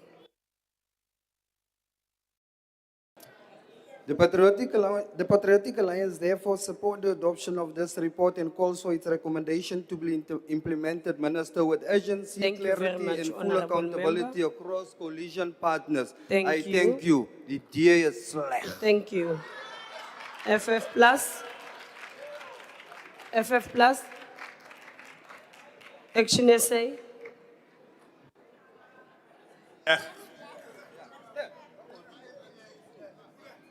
Thank you, House Chair. Action SA supports the report, but we just hope that we will look at ourselves in terms of what applies to us, indigenize it. We support electoral reforms, and what Action SA would like to see is that we propose a change of 300 to 100 split, where 300 members of parliament must be directly elected by the constituencies, so that they are answerable to the people and not to the party. The balance of 100 can be appointed by parties on proportional representation. What is key is to ensure the importance of civic education of our citizens. We support automatic voter registration, but it should also be followed by compulsory voting from citizens. If you have civic education, you have voter education, you have compulsory voting, and we also insist on ethical, not legal standards for leadership. Because when you have to lead society, you can't reduce it to the substandard level of legality. It should be ethical leadership. The other issue that the committee should consider is to create an independent, apolitical public service at all levels of government, because that is the key machinery to delivery of services. When you have political appointments, when you have political interference with people that are supposed to deliver services, you will not have appropriate services. We also need to be truthful about eradicating corruption, because one of the indices, if you look at Denmark, where they are with the corruption index and where we are, that is food for thought. And if we can get rid of corruption, we will deliver to our people what Denmark delivers to its own people. Thank you, House Chair. Thank you very much. ACDP, UDM, RISE, BOSA, ATM, Al-Jama, NCC, PAC. Oh. Thank you, Deputy Speaker, Honorable House Chairperson. Al-Jama welcomes this report and the valuable lessons drawn from Denmark's governance system. Study tours are opportunities to gather practical solutions that can strengthen service delivery accountability, and local government performance in South Africa. Denmark is internationally recognized for running efficient municipalities, clean governance, strong citizen participation, and sustainable urban planning. One key lesson is the importance of professionalizing local government as administration. Municipalities must appoint skilled and qualified officials based on merit. Communities deserve competent leadership that can deliver water, sanitation, roads, housing, and electricity effectively. Another lesson is transparency and public participation. Citizens in Denmark are actively involved in municipal decision-making. Al-Jamaa suggests meaningful consultation, participatory budgeting, and responsive councillors who engage residents regularly. The emphasis on green energy, waste management, and climate resilience is equally relevant. Our municipalities must prepare for future environmental challenges while creating jobs through renewable energy and recycling initiatives. Whilst international benchmarking is important, the real measure of success lies in implementation back home. Parliament must ensure that lessons learned are translated into reforms, policy improvements, and better governance outcomes. Al-Jamaa supports this report. I thank you. Malibongwe. Thank you. NCC, PAC, UAT, good, the DA.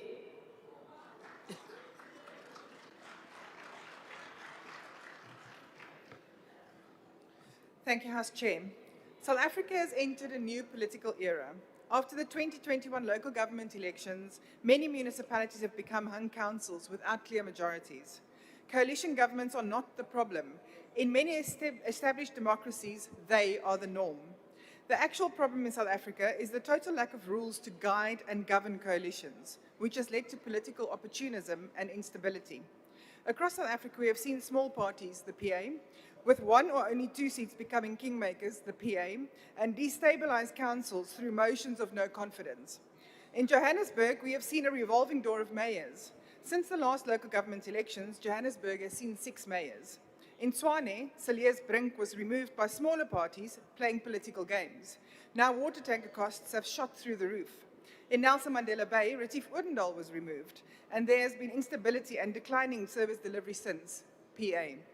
In Ekurhuleni, Tanya Campbell was removed, and that council cannot provide decent services to its residents either. Honourable members, this is not just political games. When councils fall, service delivery fails. Budgets get delayed. Projects come to a standstill. Investors lose confidence. But worst of all, the residents pay the price. This is exactly why this committee undertook a study tour to Denmark. According to the committee's report, the number of hung councils in South Africa has increased substantially, from 29 in 2000 to more than 80 in 2021, when the last local government elections were held. This number will increase further after the forthcoming elections. Denmark, however, handles its coalitions quite differently to South Africa. They do not face the same instability we do, with stable coalitions being the norm. Why? Because they have a system in place that is built on 3 key principles. Firstly, clear coalition agreements that include policy, roles, and dispute mechanisms that are clearly defined. Secondly, a very strong political culture where motions of no confidence are not toyed with. In fact, the only way a mayor can be removed is when that person is no longer eligible to stand for office. Thirdly, a shared understanding that coalitions are not a weakness, but a very stable form of governing. In Denmark, stability is a result of rules, trust, and responsibility. South Africa must start taking these lessons seriously. Coalition governments are here to stay. They will become more common. But the instability does not have to be the norm. That is exactly why the Democratic Alliance submitted a private members' bill with the aim of stabilizing coalition governments. We have proposed that motions of no confidence must be regulated, not to be misused as political tools. that motions of no confidence can only be called once a year, except under extraordinary circumstances, and that a threshold be introduced before a party qualifies to take up a seat in council, therefore stopping smaller one-seat parties to have excessive influence as kingmakers. House Chair, the lesson from our study tour in Denmark is quite simple. Coalitions can work, but only if there are clear rules. Without reform, we will continue to see councils that fall apart every couple of months, leaving chaos. Or are we going to modernize our system to bring more stability? The Democratic Alliance chooses reform, because the residents of our country deserve governments that can deliver, not councils that consistently fail. House Chair, democracy requires coalitions, but service delivery requires stability. Thank you. Thank you very much, Honorable Member. The ANC.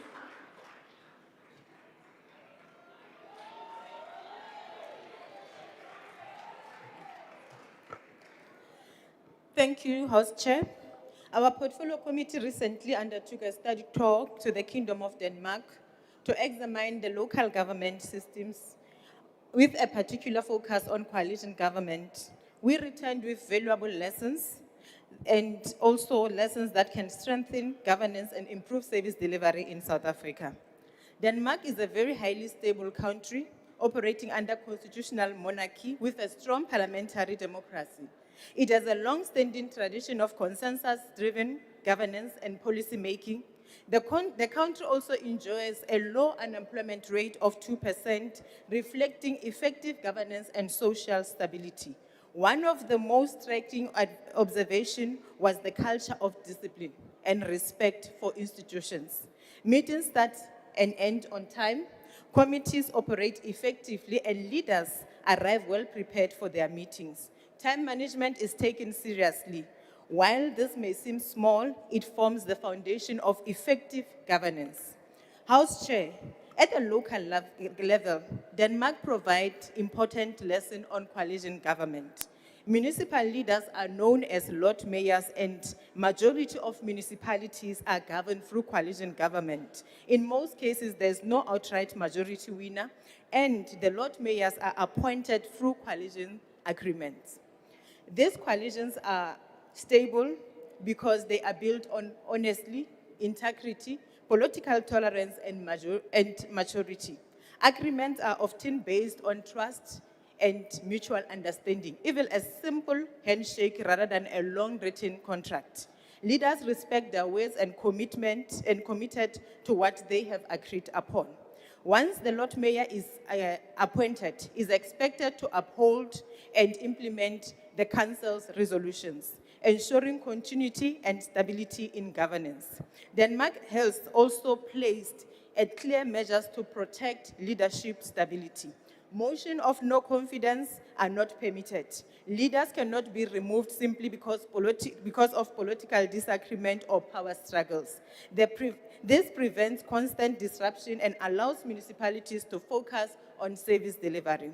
A Lord Mayor can only be removed if he or she is being charged and prosecuted by the court of law. This ensures that there's accountability while protecting governance from instability. House Chair, in contrast, South African municipalities face serious challenges. Coalition government are often unstable, with political competition taking priority over service delivery. Motion of no confidence are frequently used as a political tool, leading to constant changes in the leadership of municipalities. This instability directly affects communities, resulting in poor and inconsistent service delivery. Municipal funding is another challenge. In Denmark, municipalities are well-resourced and have capacity to deliver services, such as infrastructure, climate programs, and social development effectively.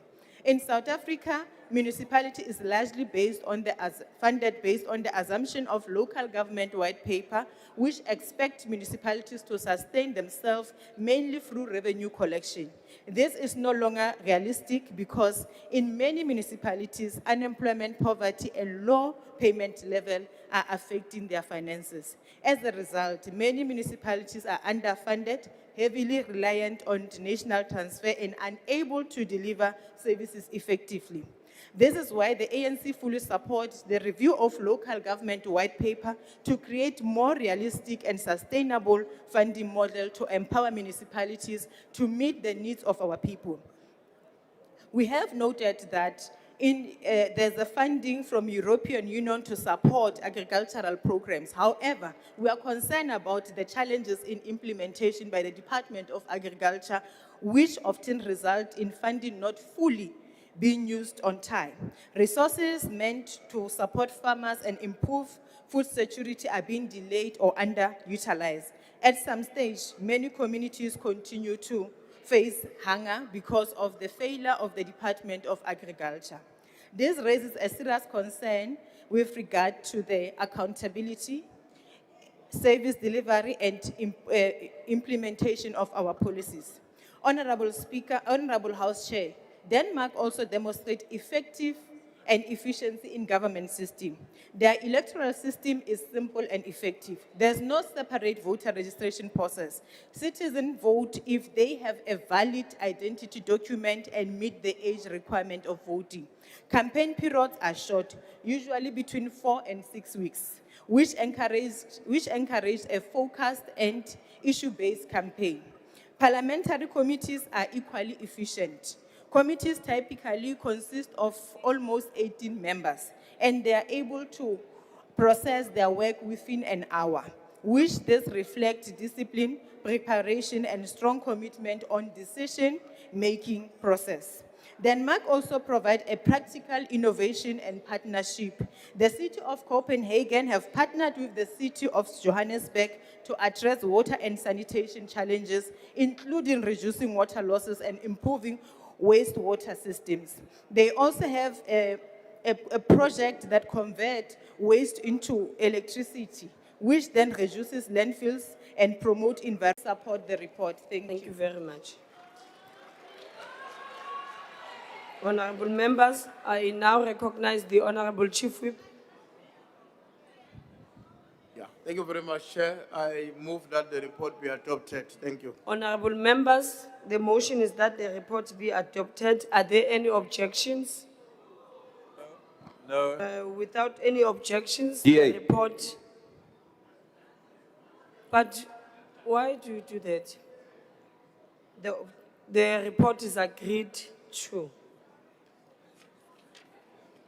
Honorable members, I request members to stand and wait for the presiding officer and the maids to leave the chamber. That concludes the debate and the business of the day. The House is adjourned. Uthasixole kanjani, uthasixole kanjani, uthasixole kanjani, uthasixole